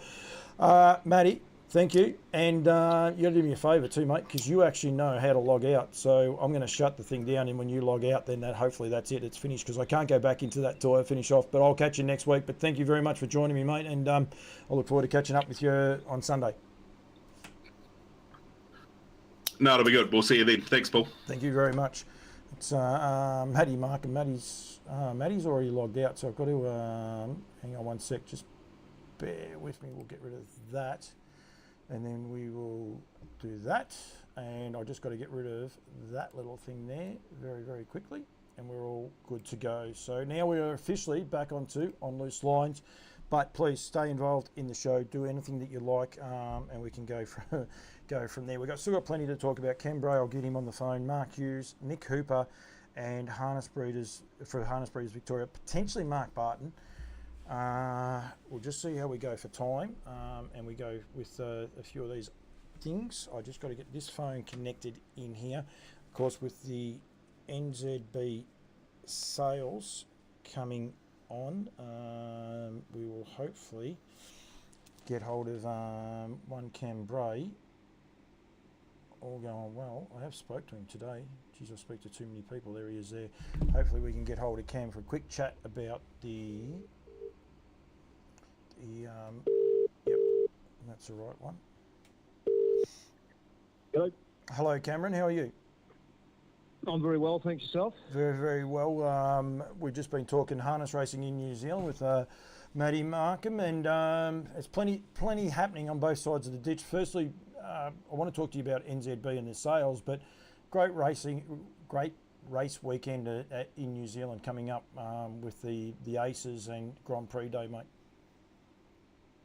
Well, yeah, it's the probably, what do you call it, the pinnacle of the season, really. It's we're halfway through the month of December, so we're only a half a month away from them all changing, having their official birthday. So it's a fantastic time. You've seen some very, very good horses that have continued their form right through the season, and you've had horses step up later on in the season, etc. I think it's a great concept. Oh, it is, and it's a lot of people, like here in Australia, won't be aware of it, Cam. The actual race meeting and how important it is for the breeders, and also how big it is. Yeah, no, well, it's huge because obviously I'm walking around holding the Holy Bible here, the NZB Standardbred Gelding Stock catalogue, and it shows you that as of Sunday, we're going to have a huge number of updates. Yeah, coming in after it, plus with the Inter-Dominion on as well, Cam, because, I mean, there was a Kiwi horse just win that heat, heat number 6, Narano. Just going to see who bred that horse. The Stewarts, I don't know if they're sellers or not, but at the yearling sales. But, yeah, interesting enough. Depends what Stewarts, but interesting you'll see, though. I don't think there's a New Zealand-trained horse there. No, I think 50%... You've covered that? Yeah, but go down, double down. I don't mind doubling down on it. I think it's a pretty cool stat, actually. I think that people need to be aware of. Yeah, so 50% of the horses running in those heats are New Zealand bred, so it just shows you the prefix. Yep, absolutely, and quite funnily enough, Narano is by Tintin in America, who actually stands at, now stands at Wingate Farms with Jake Stockton. But he's been a Riverina horse for a very, very long time. But made his way over there and then come back, and of course the sire of one of the best brood mares or best mares Australia's produced, Cam. It was that far lap. No, he won a mare. Far lap won a mare. Yeah, Tintin in America. Sorry, Chartin. And ironically, we have a half to it in the sale too. Yeah, very good. Nice segue. I didn't actually know I did that one. That was just sheer backside stuff. That one was the NZB sales, of course, the 18th of February in Karaka. That is the Sunday, and then the Tuesday and Wednesday are the in Christchurch. Bit of a different format this year, Cam.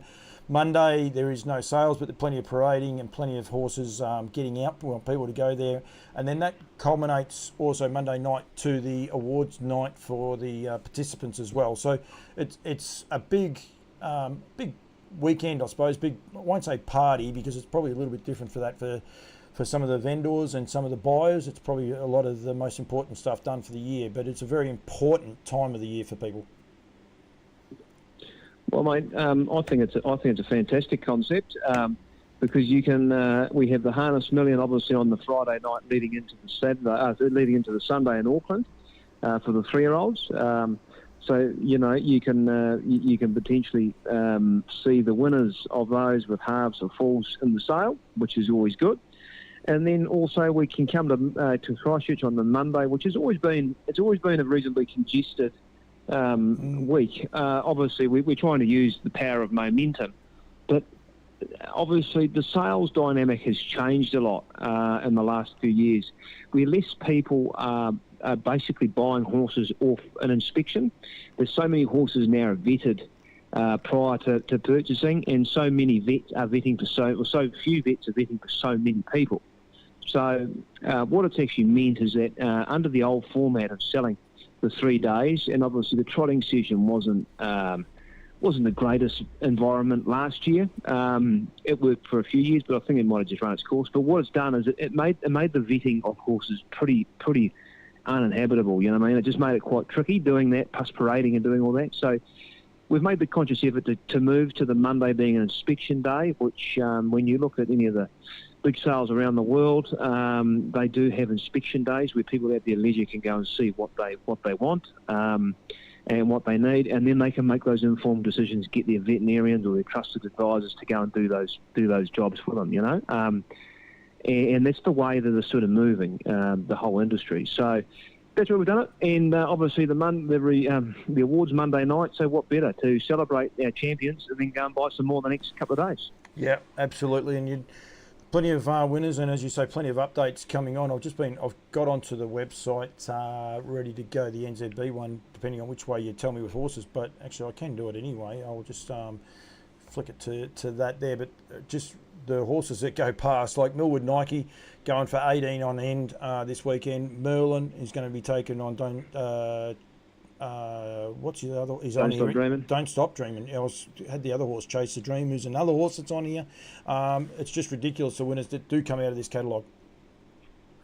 Yeah, it's always been pretty high, you know. And then you've also got horses over in WA, the Gold Nugget. There's a bit of New Zealand flavour over there for 4-year-olds. Skyloo, right then.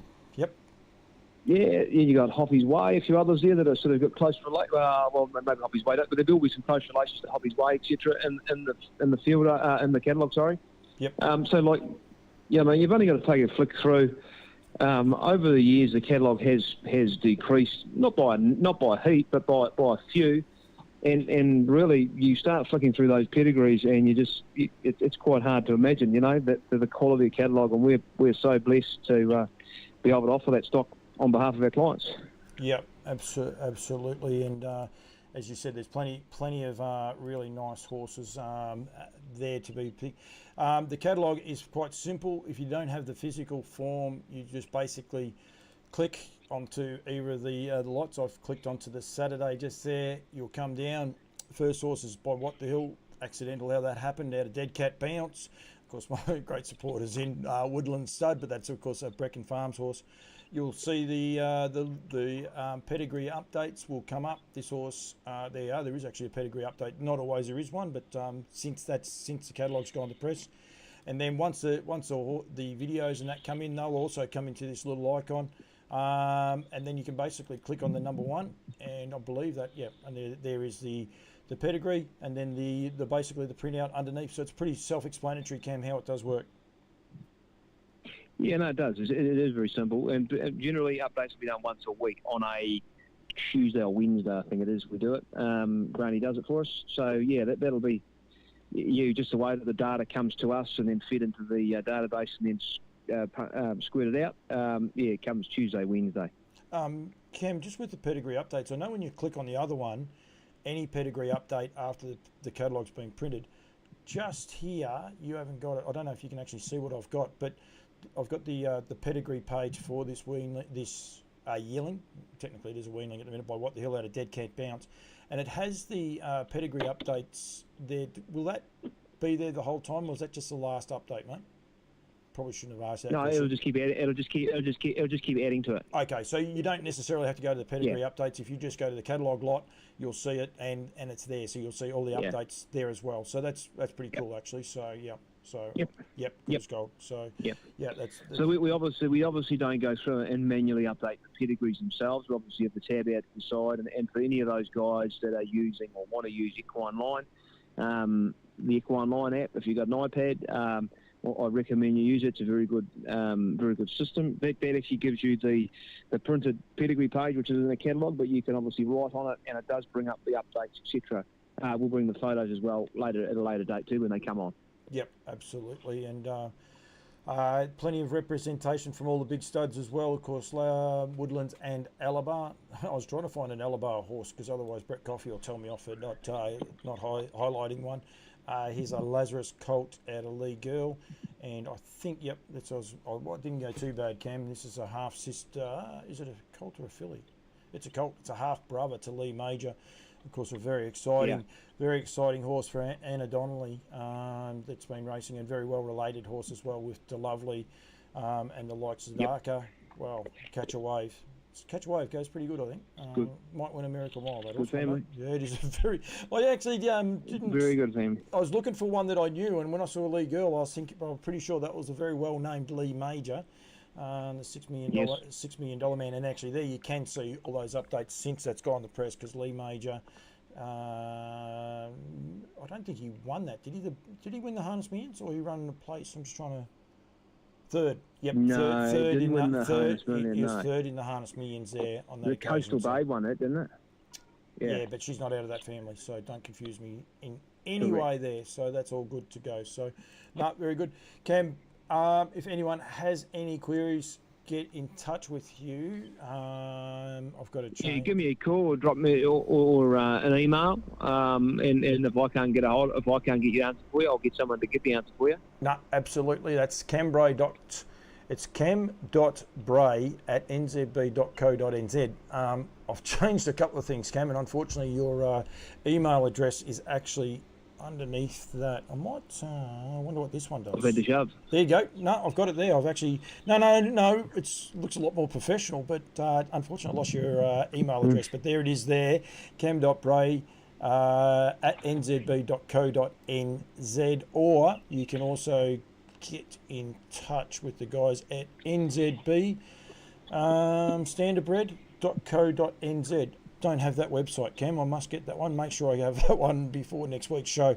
But yeah, nzb.co.nz. And just to touch on that, anyone that's travelling from Australia, obviously, those that don't know, we conveniently, for the Standardbred department, built a hotel in our car park. Does it if you're have a coming bar? from Australia, yeah, they do serve alcoholic beverages. Yes. Yes. Yeah. It's probably a good thing. So if you, and we can help manage. We have a member of staff that are actually dedicated to helping with bookings, etc. So if you do need help with that, feel free to get in touch, and I'll get you in touch with the people you need to. Yeah, absolutely. And I think people need to be aware too. It's like Nutrient as well. They're more than just a sale, these are, Cam, and there is a lot more pressure with the yearling sale as compared to the weanling sale. But having that hotel there, it is a great way to build some really cool relationships as well. I think it's a great addition to the sales complex. Yeah, it's a huge addition to the sales complex, and it's we've seen it in full force there a couple of weeks ago with the thoroughbreds. If you let me touch on that for a moment, that we had a fantastic sale there, and the place was a full house. Means everyone's on site, and that's buyers obviously. So you had so many different nationalities with the thoroughbreds because of being a worldwide business, but you had everyone blending with everyone. It was fantastic, great time. Yeah, it was indeed, and that was a hugely successful sale. There was a ready to run over here in Australia, and it wasn't, I suppose, as well populated. But the Kiwis and NZB, you would have been wrapped with the results there. Would you say it outsold the first book of your traditional sale, which has never been done for ready to run horses? Yeah, so the average for the ready to run sale outstripped the average for book one, which is unheard of anywhere in the world. But it's funny really, because with that whole job, with the story of Singapore, obviously there's a little bit of negativity about Macau. We all went into it sort of hopefully optimistic, but never in our wildest dreams did we expect to receive the support we did from Hong Kong. I think Hong Kong bought 70 horses for something like $16 million. Yeah. So it just shows you that there is definitely some money out there, and ironically, probably the top 10 lots I think were all by Australian-based stallions. So, but ironically, they didn't seem to want to buy them in Australia, it's probably a little bit of a dynamic issue there that the guys that do ready to runs for us here in New Zealand, that's all they do. They don't train racehorses. They specifically educate young horses specifically for this purpose, where I think the trouble is in probably Australia, the way the gallops are going, that people sort of say, well, why are you selling it? If the game's that bloody good, why are you selling ready to run horses, Yep, which is a fair call. So, yeah. Mate, thank you. I won't... All right, mate. I might catch up with you this weekend coming, but otherwise we'll be keeping in touch. We're going to be doing plenty, and I will just give a tease out there for anyone looking to get some footage and some updates, if you like, on the horses down the south. I've got a little bit of an idea going, Cam, that hopefully will be received by the studs, and we can get get a bit more messaging and a bit of a different way of looking at things just after the new year. Good on you, mate. Well done. I don't reckon you heard me last comment. Cam, thank you. Good on you, mate. Thank you very much, Cam Bray. Yep, I'm not sure if you heard the last bit or not, but yeah, that is okay. But that was Cam Bray, and of course the NZB sales. As I said, I have. Oh, that's what I've got. I was thinking I've got them all here, but I couldn't see them anywhere. That's the logo. There's a website. So it actually was here, but of course I have the ticker rolling across, and I can't get rid of the ticker, so we won't worry about that, but that is fine. And then the sale dates are there, nzbstandardbred.co.nz. So don't forget, you can still chime in and get in touch with any of the stuff. Keep an eye on the Interdominion and how it is all faring as well. Mark Hughes is coming on now from Woodlands Stud, because the team at Woodlands Stud are doing... They've got a bit of news coming out. They've got plenty going on as well. So, thanks for calling Mark Hughes. He's on the phone. was not expecting that. I'll just send him a quick text message. But he will answer me at some stage. He'll be watching on the YouTube. If you're watching on the YouTube feed, don't be scared to get involved in that as well. What I will do is we'll try Hughesy one more time, just in case. But he may not come on. Oh, he will. He will be on now. So I suspect anyway. Hey, Cobber. How you going? Mark Hughes, very, very well. How are you, my friend? Yeah, very good indeed, son. That's no good. complaints. I will no get. Listens, you know the drill. I will get your picture up in a second. I've had just a few too many guests on tonight, but that is okay. Firstly, just had Cam Bray on. Sales are on very, very quickly, but Hughesy, they won't. They'll be around the corner before we know it, mate. Yeah. Look, they're ominously on the horizon, as we know. For us, Auckland, February 18, like possibly Cam's just spoken about before, but.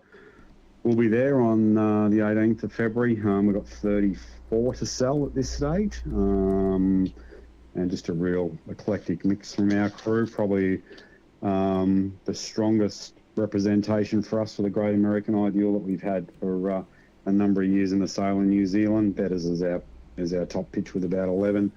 Seaside with 9. Only a couple of loos and then a couple of other ups and some What the Hills in there. But yeah, strong representation from American Ideal and Better's Delight and Seaside in our draft next year. Yeah, absolutely. It's been it's a little bit of a quandary in a way, if you like. It's been the year of the Loo, dubbed by the guys at Diamond Creek, but aptly dubbed, I reckon.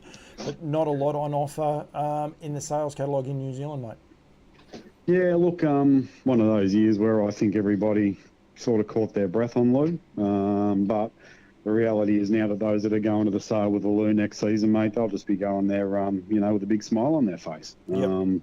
They'll be in demand. There won't be many of them. The supply and demand situation around them is going to generate very, very good income for the breeders that are taking one. So good luck to them. They rolled the dice that year, and they deserve a great outcome. And in the year of Loo, and next year will be the year of Loo as well, the way things are shaping up.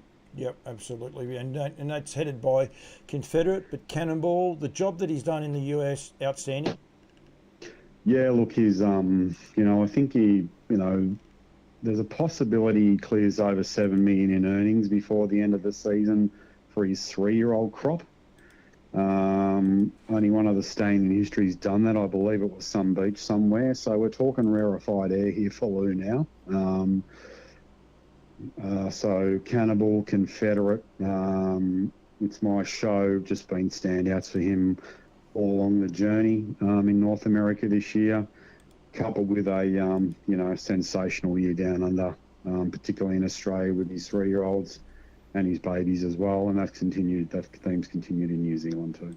Yep, there's 11 sweet loos available in the nutrient sales in Sydney and Melbourne. I'm 90% sure I haven't seen Bathurst at all yet, and I'm pretty sure there was none in Tassie or Sunshine Coast, so there's only 11 of them this year. So they're going to be well sought after, and there is a couple of cracking bred ones, especially in Sydney. I think I saw 2 of them.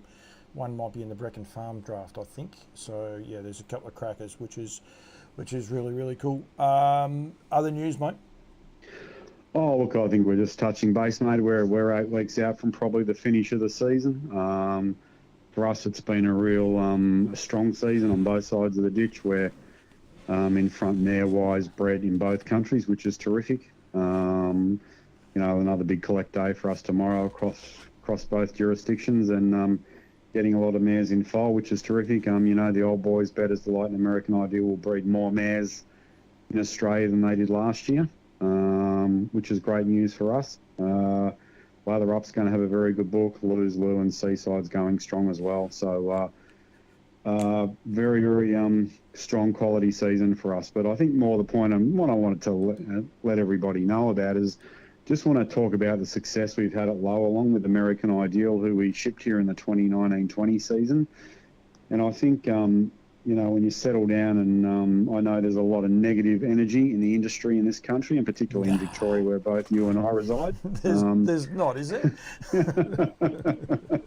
And, well, we understand that 9.5 out of the 10 phone calls that we take are all negative these days. But in what I think is it is a great story for American Ideal and for Lowalong and for us as well when we relocated that horse to American Ideal to Lowalong in the 2019-20 season. It was Northern Rivers at that stage. That first crop is the current 2-year-olds in this country. For him, 25 individual 2-year-old winners, 2 Group 1 winners, 3 Group 1 place getters have made over $1 million. And he's second on the Australian size list behind Art Major. So he's beating Treacherous and beating Little American Ideal. And that was his first season he relocated to Australia. So that relationship's gone from strength to strength, as you're well aware. And I just think in a sea of negativity in our sport, that is a great, great story. Yeah, absolutely. I'm just trying to find the top horses. This might be it. No, the top 20. I hate this HRA site, and I have trouble finding it. Some people will turn around and say it's very easy to find, but I always have trouble just trying to find where it is, just to put his figures up there. But he's just a ripping horse, and I think the thing people forget about with American Ideal, you just said then he's second in the 2-year-olds. You say the association with Lowalong Farms, there's Soho Tribeca, like free-for-all horses, and Soho Tribeca, it was a great 2-year-old and also a great fast-class horse. Like, he can do everything American Ideal. People forget it very quickly, don't they? They seem to get a stigma about certain horses, and they just, when you actually looked at the facts and figures, it's just brilliant, his record. Oh, look, as they say in the classics, mate, the data says it all. A little bit maligned by a lot of people, but that's just the game. The game's about opinions. But the reality is, time and time again, he's just stood up every year, year on year. New Zealand Cup winners, Hunter Cup winners, Oaks winners. He has done it all. And I think what's happened this year is there's been a little bit of a realisation amongst some breeders that they need to get back on the bandwagon. Which is great for us and great for Lowalong and Gaff. I just sort of feel that, there's been too much energy directed at breeding to local horses in the last couple of years, and I think everybody's realised, hang on, let's just get back on the bus and get back to the great horses, because it's the great horses that race Friday and Saturday night. It's the great horses or the great sires that win these big races, mate. The local horses will get the odd winner down the track now and then, but the reality is they're just not in the stratosphere that these horses are in.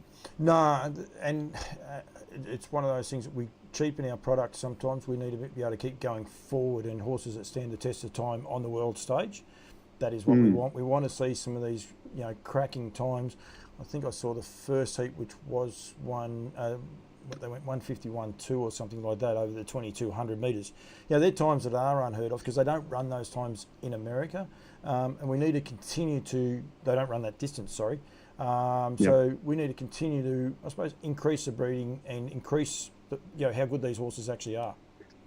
Oh, look, there's no doubt the shuttle stand has changed things up considerably. That Speak the Truth's just gone 51 and was 0.1 outside Leap to Fame's track record there tonight in the first heat of the Inter-Dominion. He's by betters out of an Art Major, man. They're two of the most dominant sides in the history of the sport. I think a lot of breeders have probably shortchanged themselves in the last few years. Colonial stallions, that's the feeling I get talking to people again. And I sense, people say to me, Hughesy, we've got to be on your stallions, mate, just for our horses to be competitive. That's another great fill up and a pat on the back for us and the work we continue to do and to offer the breeders the best stallions in the world. Yep, absolutely, and it's so important that we do that. I've actually found it. Eventually, I have found that page. It did take me a little while, Hughesy, but it's all good.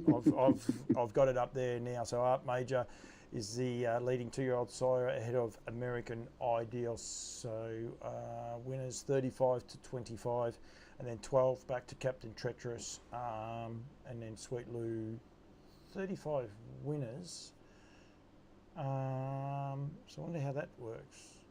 That's an interesting little stat, but anyway, but American Ideal is second. Wonder why Lou's down there in fourth. Can't help me with that one?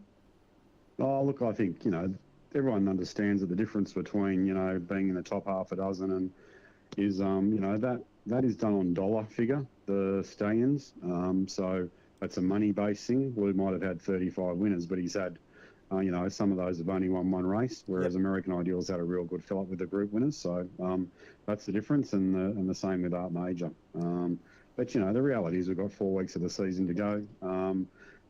The second, third and fourth position on that 2-year-old size list can probably change. Art Major will win it. Sweet Lou looks as though he'll win the 3-year-olds sire of the year, in Australia, which for us is just crazy good. He's 30 clear of his nearest rival. That being Art Major, Huntsville, Betting Line, and then Captain Treacherous, and then American Ideal. And Better's Delight after that as well. So that's for the 3-year-olds as well.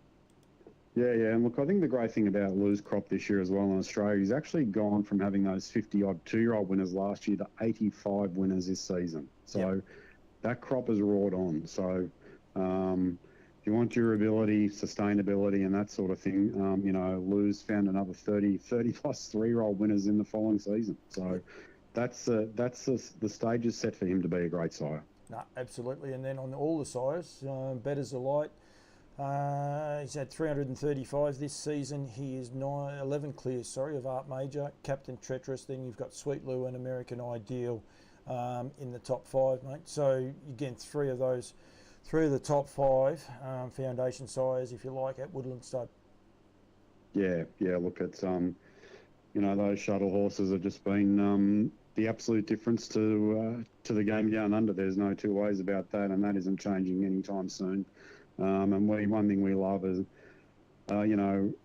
collectively, our stallions have won over 27 million in Australia this season alone for the 2023 racing season. So breeders and owners get rewards by, purchasing horses by our sires, which is just continues the theme of where we want to be and what we want to do. So, Absolutely, and I just looked there at, it was For a Reason was the only colonial sire that I saw on that age paces, and there he is there, about 10th on the 3-year-olds as well. So, the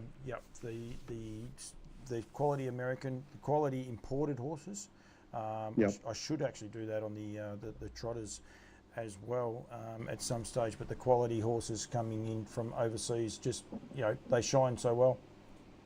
Yeah, and I think so. And I think what's happened now is obviously in the last 10 or 15 years, we get offered the best horses out of the States, not the $100,000 claimers out of Yonkers like we did 15 or 20 years ago. These are the best of the best. And that's the critical difference, So, and Leap to Fame's just won the next heat of the Inter Dominion. So, big night for the King Betters, mate. So timing's perfect. Spirit of St. Louis second, so Woodlands Quinella. So there you go. Sweet Lou, you guys are pretty good. Jeff Dixon's not going to be happy with you. He's been punching them through to me before. I can I can see he's going to be like, damn it, who ran third? Do you know?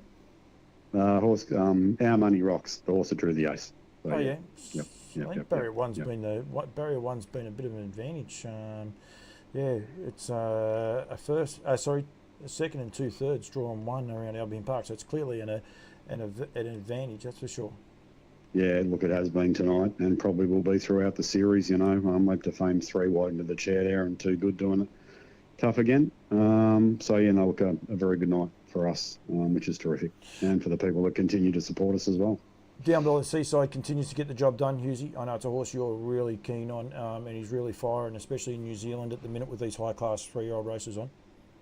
Yeah, look, continued on in North America, another strong season. I think critically probably the second best horse in the world, up there by the Missile, had a massive season for him. Great results in New Zealand. In the top 10 2-year-old size in Australia, he's only had about 22 3-year-olds to the races here for about 15 or 16 winners. So we've tracked his numbers early, and we think they're significantly similar to Sweet Lou, first 2 crops. So we know Seaside's biggest crops arrive next year and the year after, and probably another one this season. So he's right in the wheelhouse. Good support in New Zealand again for us. So we think he's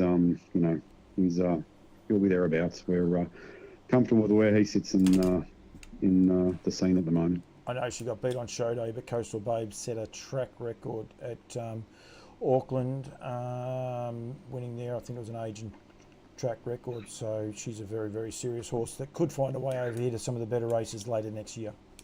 Yeah, look, I'd say she'll be at some point. She'll finish up in Australia, owned by Summit Bloodstock, which is good, bred and raised by us. So, yeah, we'll look forward to selling at least 9 Seasides in February. So, and just one more thing before we go, and I'd really like to thank Joel Fowler, our courier, and Leanne Grayling, who takes the seamen backward and forward between Auckland and Melbourne, and then Melbourne to Auckland, and Joel for all their terrific work for us and Lower Long so far this season. The system's been flawless. Joel never gets rattled.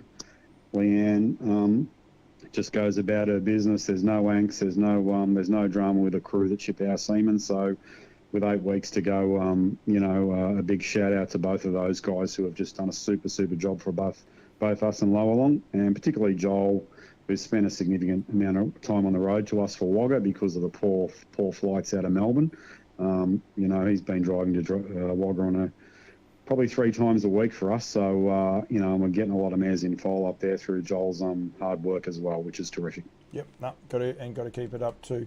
We've got plenty more to highlight, Hughesy, but if anyone wants to get in touch with you, I do have your details right there. Mark at woodlandstud.co.nz. Make sure you put the 2 S's. It doesn't look right when you're typing it out, but you have to have the S on the end of Woodlands. So make sure you do that, or you can get in touch with the whole farm. That's not it. I might not have the whole farm's. Oh, that's it there. Oh, it is there. It's underneath me ticker. I got me ticker in the wrong spot. It's causing me a bit of grief, but it is woodlandstud.co.nz. So just make sure to go to the website and get in touch with everyone there. And the service fee prices are up there as we see now. You can still get services to Betters Delight. He's still having no issues this year. Yeah, no, it's been no issues at all, mate. Crazy good seaman. Got a lot of mares in foal. Quite ridiculous the way he still goes about his work for a 25-year-old. We labelled him a sex machine the other day. So, the old boy's still getting it done. So, as I say, long live the king. No, absolutely. Betters Delight, down by the seaside, Speeding Spurs, Sweet Lou, and What the Hill. The Talking Trotters, I missed it. He actually had 2 winners last week, and he continues to do the right thing by everyone. What the Hill? Yeah. Look, nice winner there in Christchurch through the weekend. 2-year-old winner at Albion Park as well. No, he's ticking a lot of boxes off. Not a lot of opportunity, which is terrific. So, and look, we thought we'd take a bit of a knock with him in New Zealand this year, but I don't think we're going to in terms of where the breed is going. So he's holding his own this year in New Zealand, which is terrific. And good to see a couple of Speeding Spur seaman boxes make their way to Australia, which is good. Yeah, no, there's been a few bred here in New South Wales and Victoria, and there's a few more on the system down the track before the season's out. So we understand it's tough for old Del Boy, but there's opportunity there for those that are looking to breed to a great horse for not a lot of money. No, absolutely. I know one went to one of the leading studs, if you like, in New South Wales. Not renowned for standing trotters either, so that I think was pretty good. So good result for everyone. And then just very, very quickly with Lather Up, there was a couple of yearlings offered up last year, a bit more of a draft this year for them. We were able to see the job they did in America, especially for the Ohio race series, and I'm sure you're pretty excited to see some more of these horses, one, get to the sales, but also once they start hitting the racetrack using. Yeah, look, they're in the wheelhouse to be at the races, next year. That's not far away. Just a really stunning debut in Ohio for him. Had a great year, some very good fillies, very quick fillies. The other thing for him as well, I think very few size prices are up at the yearling sales in North America this year. Lou was one. Lather Up was another one whose price has significantly increased up there. So I think that says a lot for where his stature is going to be up there in the coming years. Great results down here for us. And the buzz I'm hearing is you hear and stuff and about size and the way they're broken in. I've had nothing but positive energy about his horses, from Tassie to Western Australia to Victoria to Queensland. I'm hearing and New Zealand. I'm hearing some very, very good early reports about the way they go. Absolutely, and Nutrien, you guys are still sponsoring the parade at Melbourne and Sydney. The team at Woodlands will be sponsoring the parade, so I encourage people to get out of there. But you said there before about Tassie, and it's that sale's on. Actually, I have those dates. I could even put those up. January 26th, the Tasmanian sale. There is a very, very well-bred lever up offered up in that catalogue. There was a sale topper last year, and there's another really nice, pretty sure it's a colt, offered up this year for Melissa Main again, I believe. Yeah, look, Melissa's been on him since the get-go, and obviously her father-in-law, Barry Rattray, as well, loves him. He's bred another couple this year. So, we'll be over there. That's Australia Day from memory, I think. Yep. So, Yep. we'll get over there and get around that. Look forward to that trip. And then obviously the sales round commence. There's a bit happening, mate. There's a lot of sales this next year. Yeah, We'll be spending a few times in airports and crisscrossing the country, but it'd be great to catch up with everybody. Yeah, no, exactly. Anyone wants to get in touch with Hughesy, just email him at mark@woodlandstud.co.nz and get in touch with him that way, and he'll get there for all your semen news and even just bits of advice and that along the way. They definitely look after me, Woodlands, but I can't speak highly enough for any of them. They great group of people to be associated with. They make you feel at home no matter where you are, don't they, Hughesy? Yeah, we've got a big strong team, mate. We've had the same team for quite a long time, so almost like family in a way, which is really good. Everyone's got each other's backs, so we've worked collectively with Lower Long, obviously with Joel and Leanne carrying our semen as well. So for us, having the right team around us makes things work. Yeah, absolutely. And obviously, as I should say, you're part of that team, as you well know. So yeah, I get the easy job. I just have to talk.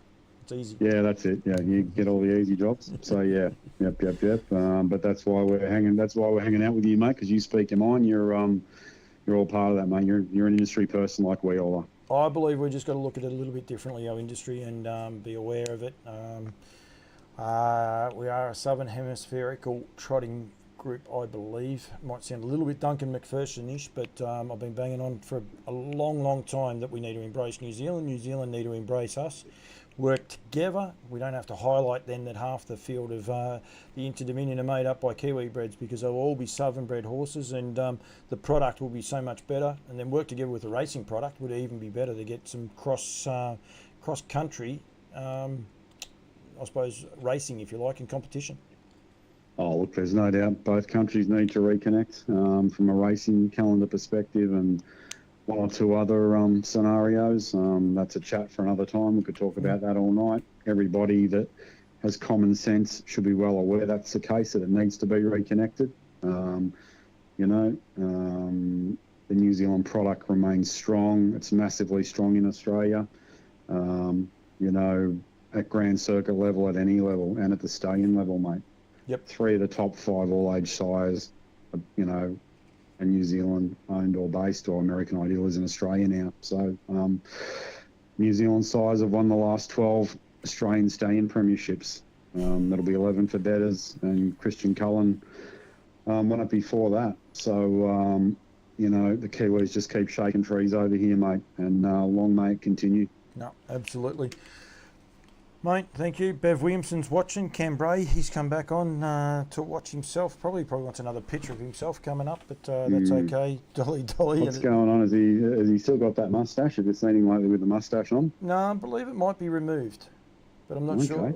I'm not sure, so I don't know what that means when it's removed. But yeah. Okay. Yeah. Well, that's a very unique situation. It is. He grows it and it just disappears overnight. It's a unique one. But anyway, I don't do hair jokes, Hughesy, because as you know, I am extremely follically tested. That's for sure. Absolutely, Collar. Absolutely. Marky, thank you. We'll catch up. We will catch up in a week or two. No, we'll catch up.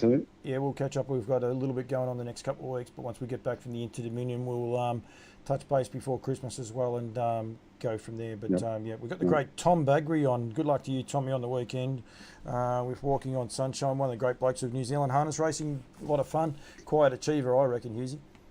Yeah, no, just goes about his business and gets the job done, does Tom. So, yeah, all good. I even got my brother on. I don't ever talk to him. Hello, Louis. I never talk to Louis, my brother, so I can actually say hello to him. That's Grant's twin brother, if anyone's wondering. So, yep. Hughesy, thank you. I'm going to get got to get Nick Hooper on very shortly as well to talk harness breeding news here in Victoria. So, yeah, but thank you very much. Anyone wants to get in touch with the team from Woodlands, go to woodlandstud.co.nz or contact Mark at woodlandstud.co.nz. Thanks, Hughesy.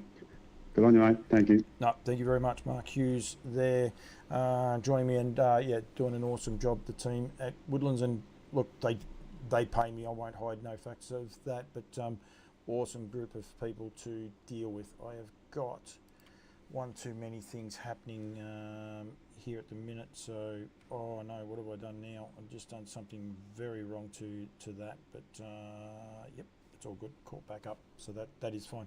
Right, let's catch up with Nick Hooper. So, because I did try to get Nick on last week, and unfortunately the show went for too long, which this one probably has too. But I am definitely not going to burn the great man from Harness Breeders Victoria 2 weeks in a row. I do think I might have a little issue, but we'll worry about that in a sec. Good evening, Paul. Nick, firstly, thank you very much for joining me. My pleasure. Now, I think I owe you an apology here at the minute by the looks. Yes, I do. I did not check. I don't have a picture of you to put up onto the show, which is very, very unprofessional of me, mate. I apologise for this. Yes, but your viewers will appreciate that fact because they'd rather look at a blank screen than my face. No. I just put a little one up, and so people know that you are there. I'm just don't worry. I'm still rifling. I'm some chance I might be able to find one. Firstly, how are you? Yeah, very well, thank you. Going nicely. You've been watching the Inter-Dominion? I have. I've seen a couple of the heats tonight. Just out on a walk at the moment. So. We'll be looking forward to the Trotters heats, which I think will start shortly, if I'm not mistaken. Yep, very shortly, and I won't hold you for too long to forget that. But there is a fair bit going on just as we speak in regards to, I suppose, breeding, races coming up, and also a couple of one special day that you guys have got planned as well. Yeah, Humbletonian Day comes around on the 22nd of December. So owners, trainers, drivers, whoever you happen to be, if you've got a horse that is a Vic-bred maiden, then Humbletonian Day is the day for you, 22nd of December at Maryborough. All maiden day, and it's probably one of my favourite days on the year, Paul, because the smiles from those who win are one of the great delights. They are. There's so many great stories come out of it. It is all Vic-bred day, all $10,000 races as well. So we want to get that part across. Plus, with the added bonuses that are there, there's plenty of incentive for people to look at those race meetings. Yep, that's right. So so all 10,000. Even though we've had the prize money reduction, HRV have done the right thing in my view and maintained the prize money for this special day. First win bonuses to everybody who wins. So the winners are smiling because they're taking home a sizable cheque, which will be just rewards for their patience and the fruits of their endeavours to get these horses to the track and then having a win on a special day. Absolutely. I suspect I spelt your name wrong somewhere because I just got an email from Desiree. Not sure where that is, but that's okay. I apologise in advance, Nick. No problem, mate. I don't know what happened. I must have upset someone at HBV because I was lucky enough to MC it one day, but never been asked back again. So it's never a good sign. But we actually, the day that I covered it, I think we had a couple of purebreds, very well-bred horses win on that occasion. From memory, there was a horse that might have escaped from the pet food line, if you like. It was on death's door and it was able to win on that day. That's where the stories come from, and that's what's so great about this day and what it offers people to be able to, present their horses at. That's exactly right. I mean, it's a day that is rarely dominated by a stable. Often there are 9-10 races on the program.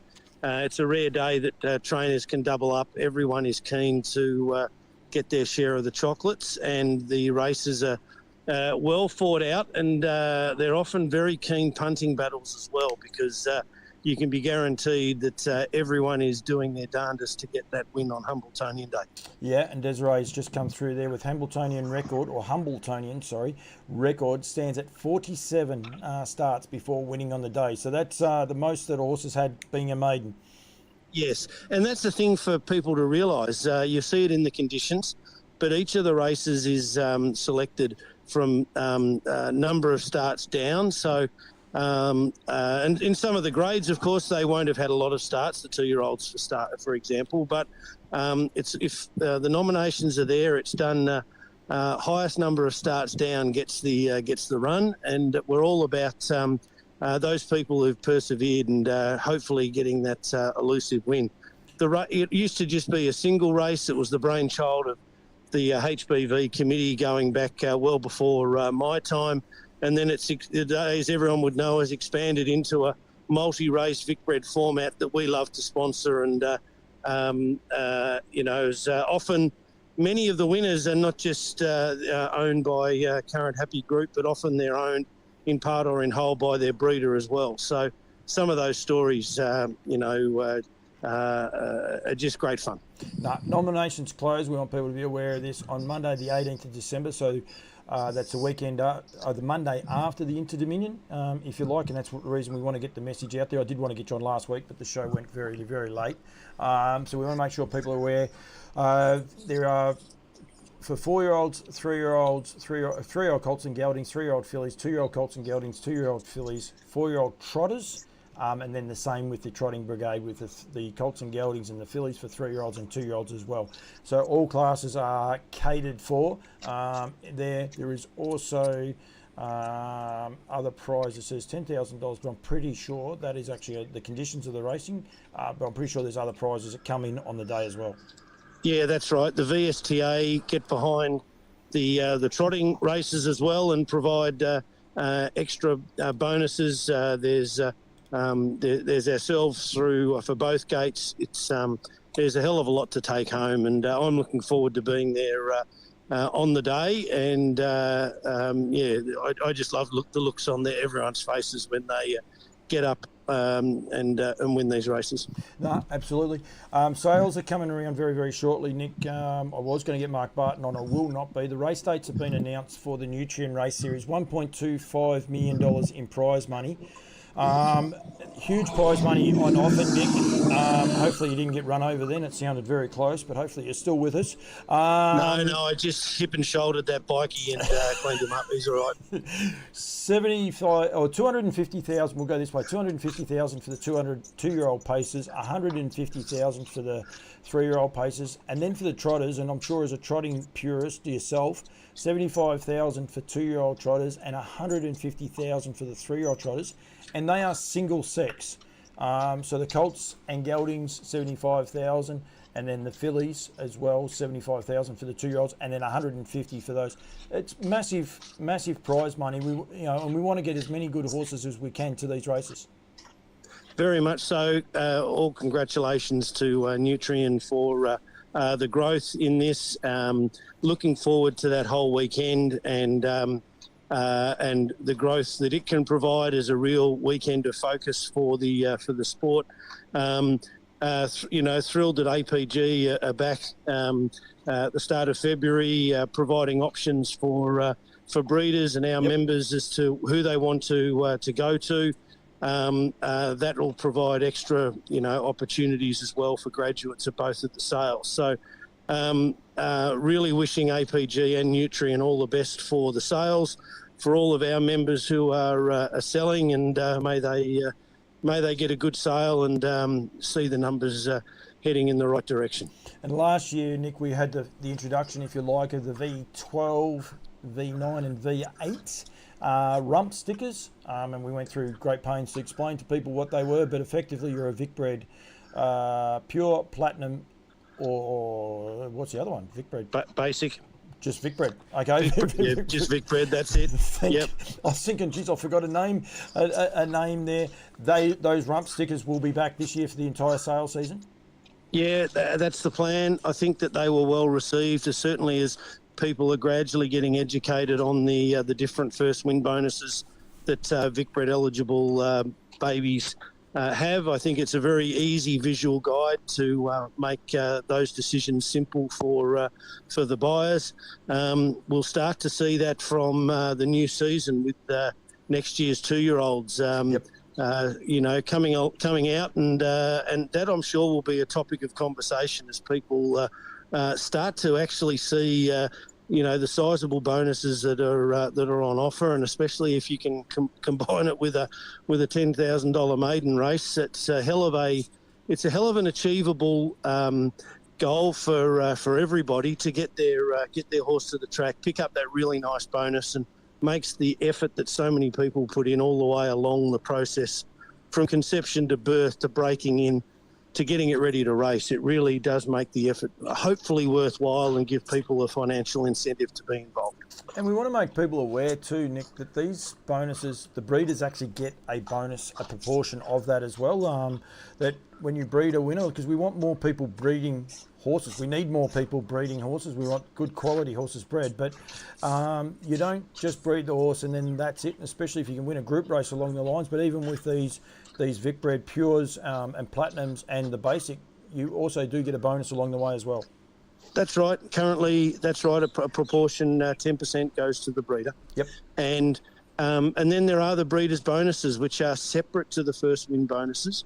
They apply when a Vic bred horse wins a 2 or 3-year-old age group race in Victoria, and that's 10% of the total prize money. So you pick up a $7,000 race with one that you've bred, you'll get $700 in breeders' bonus on top of that.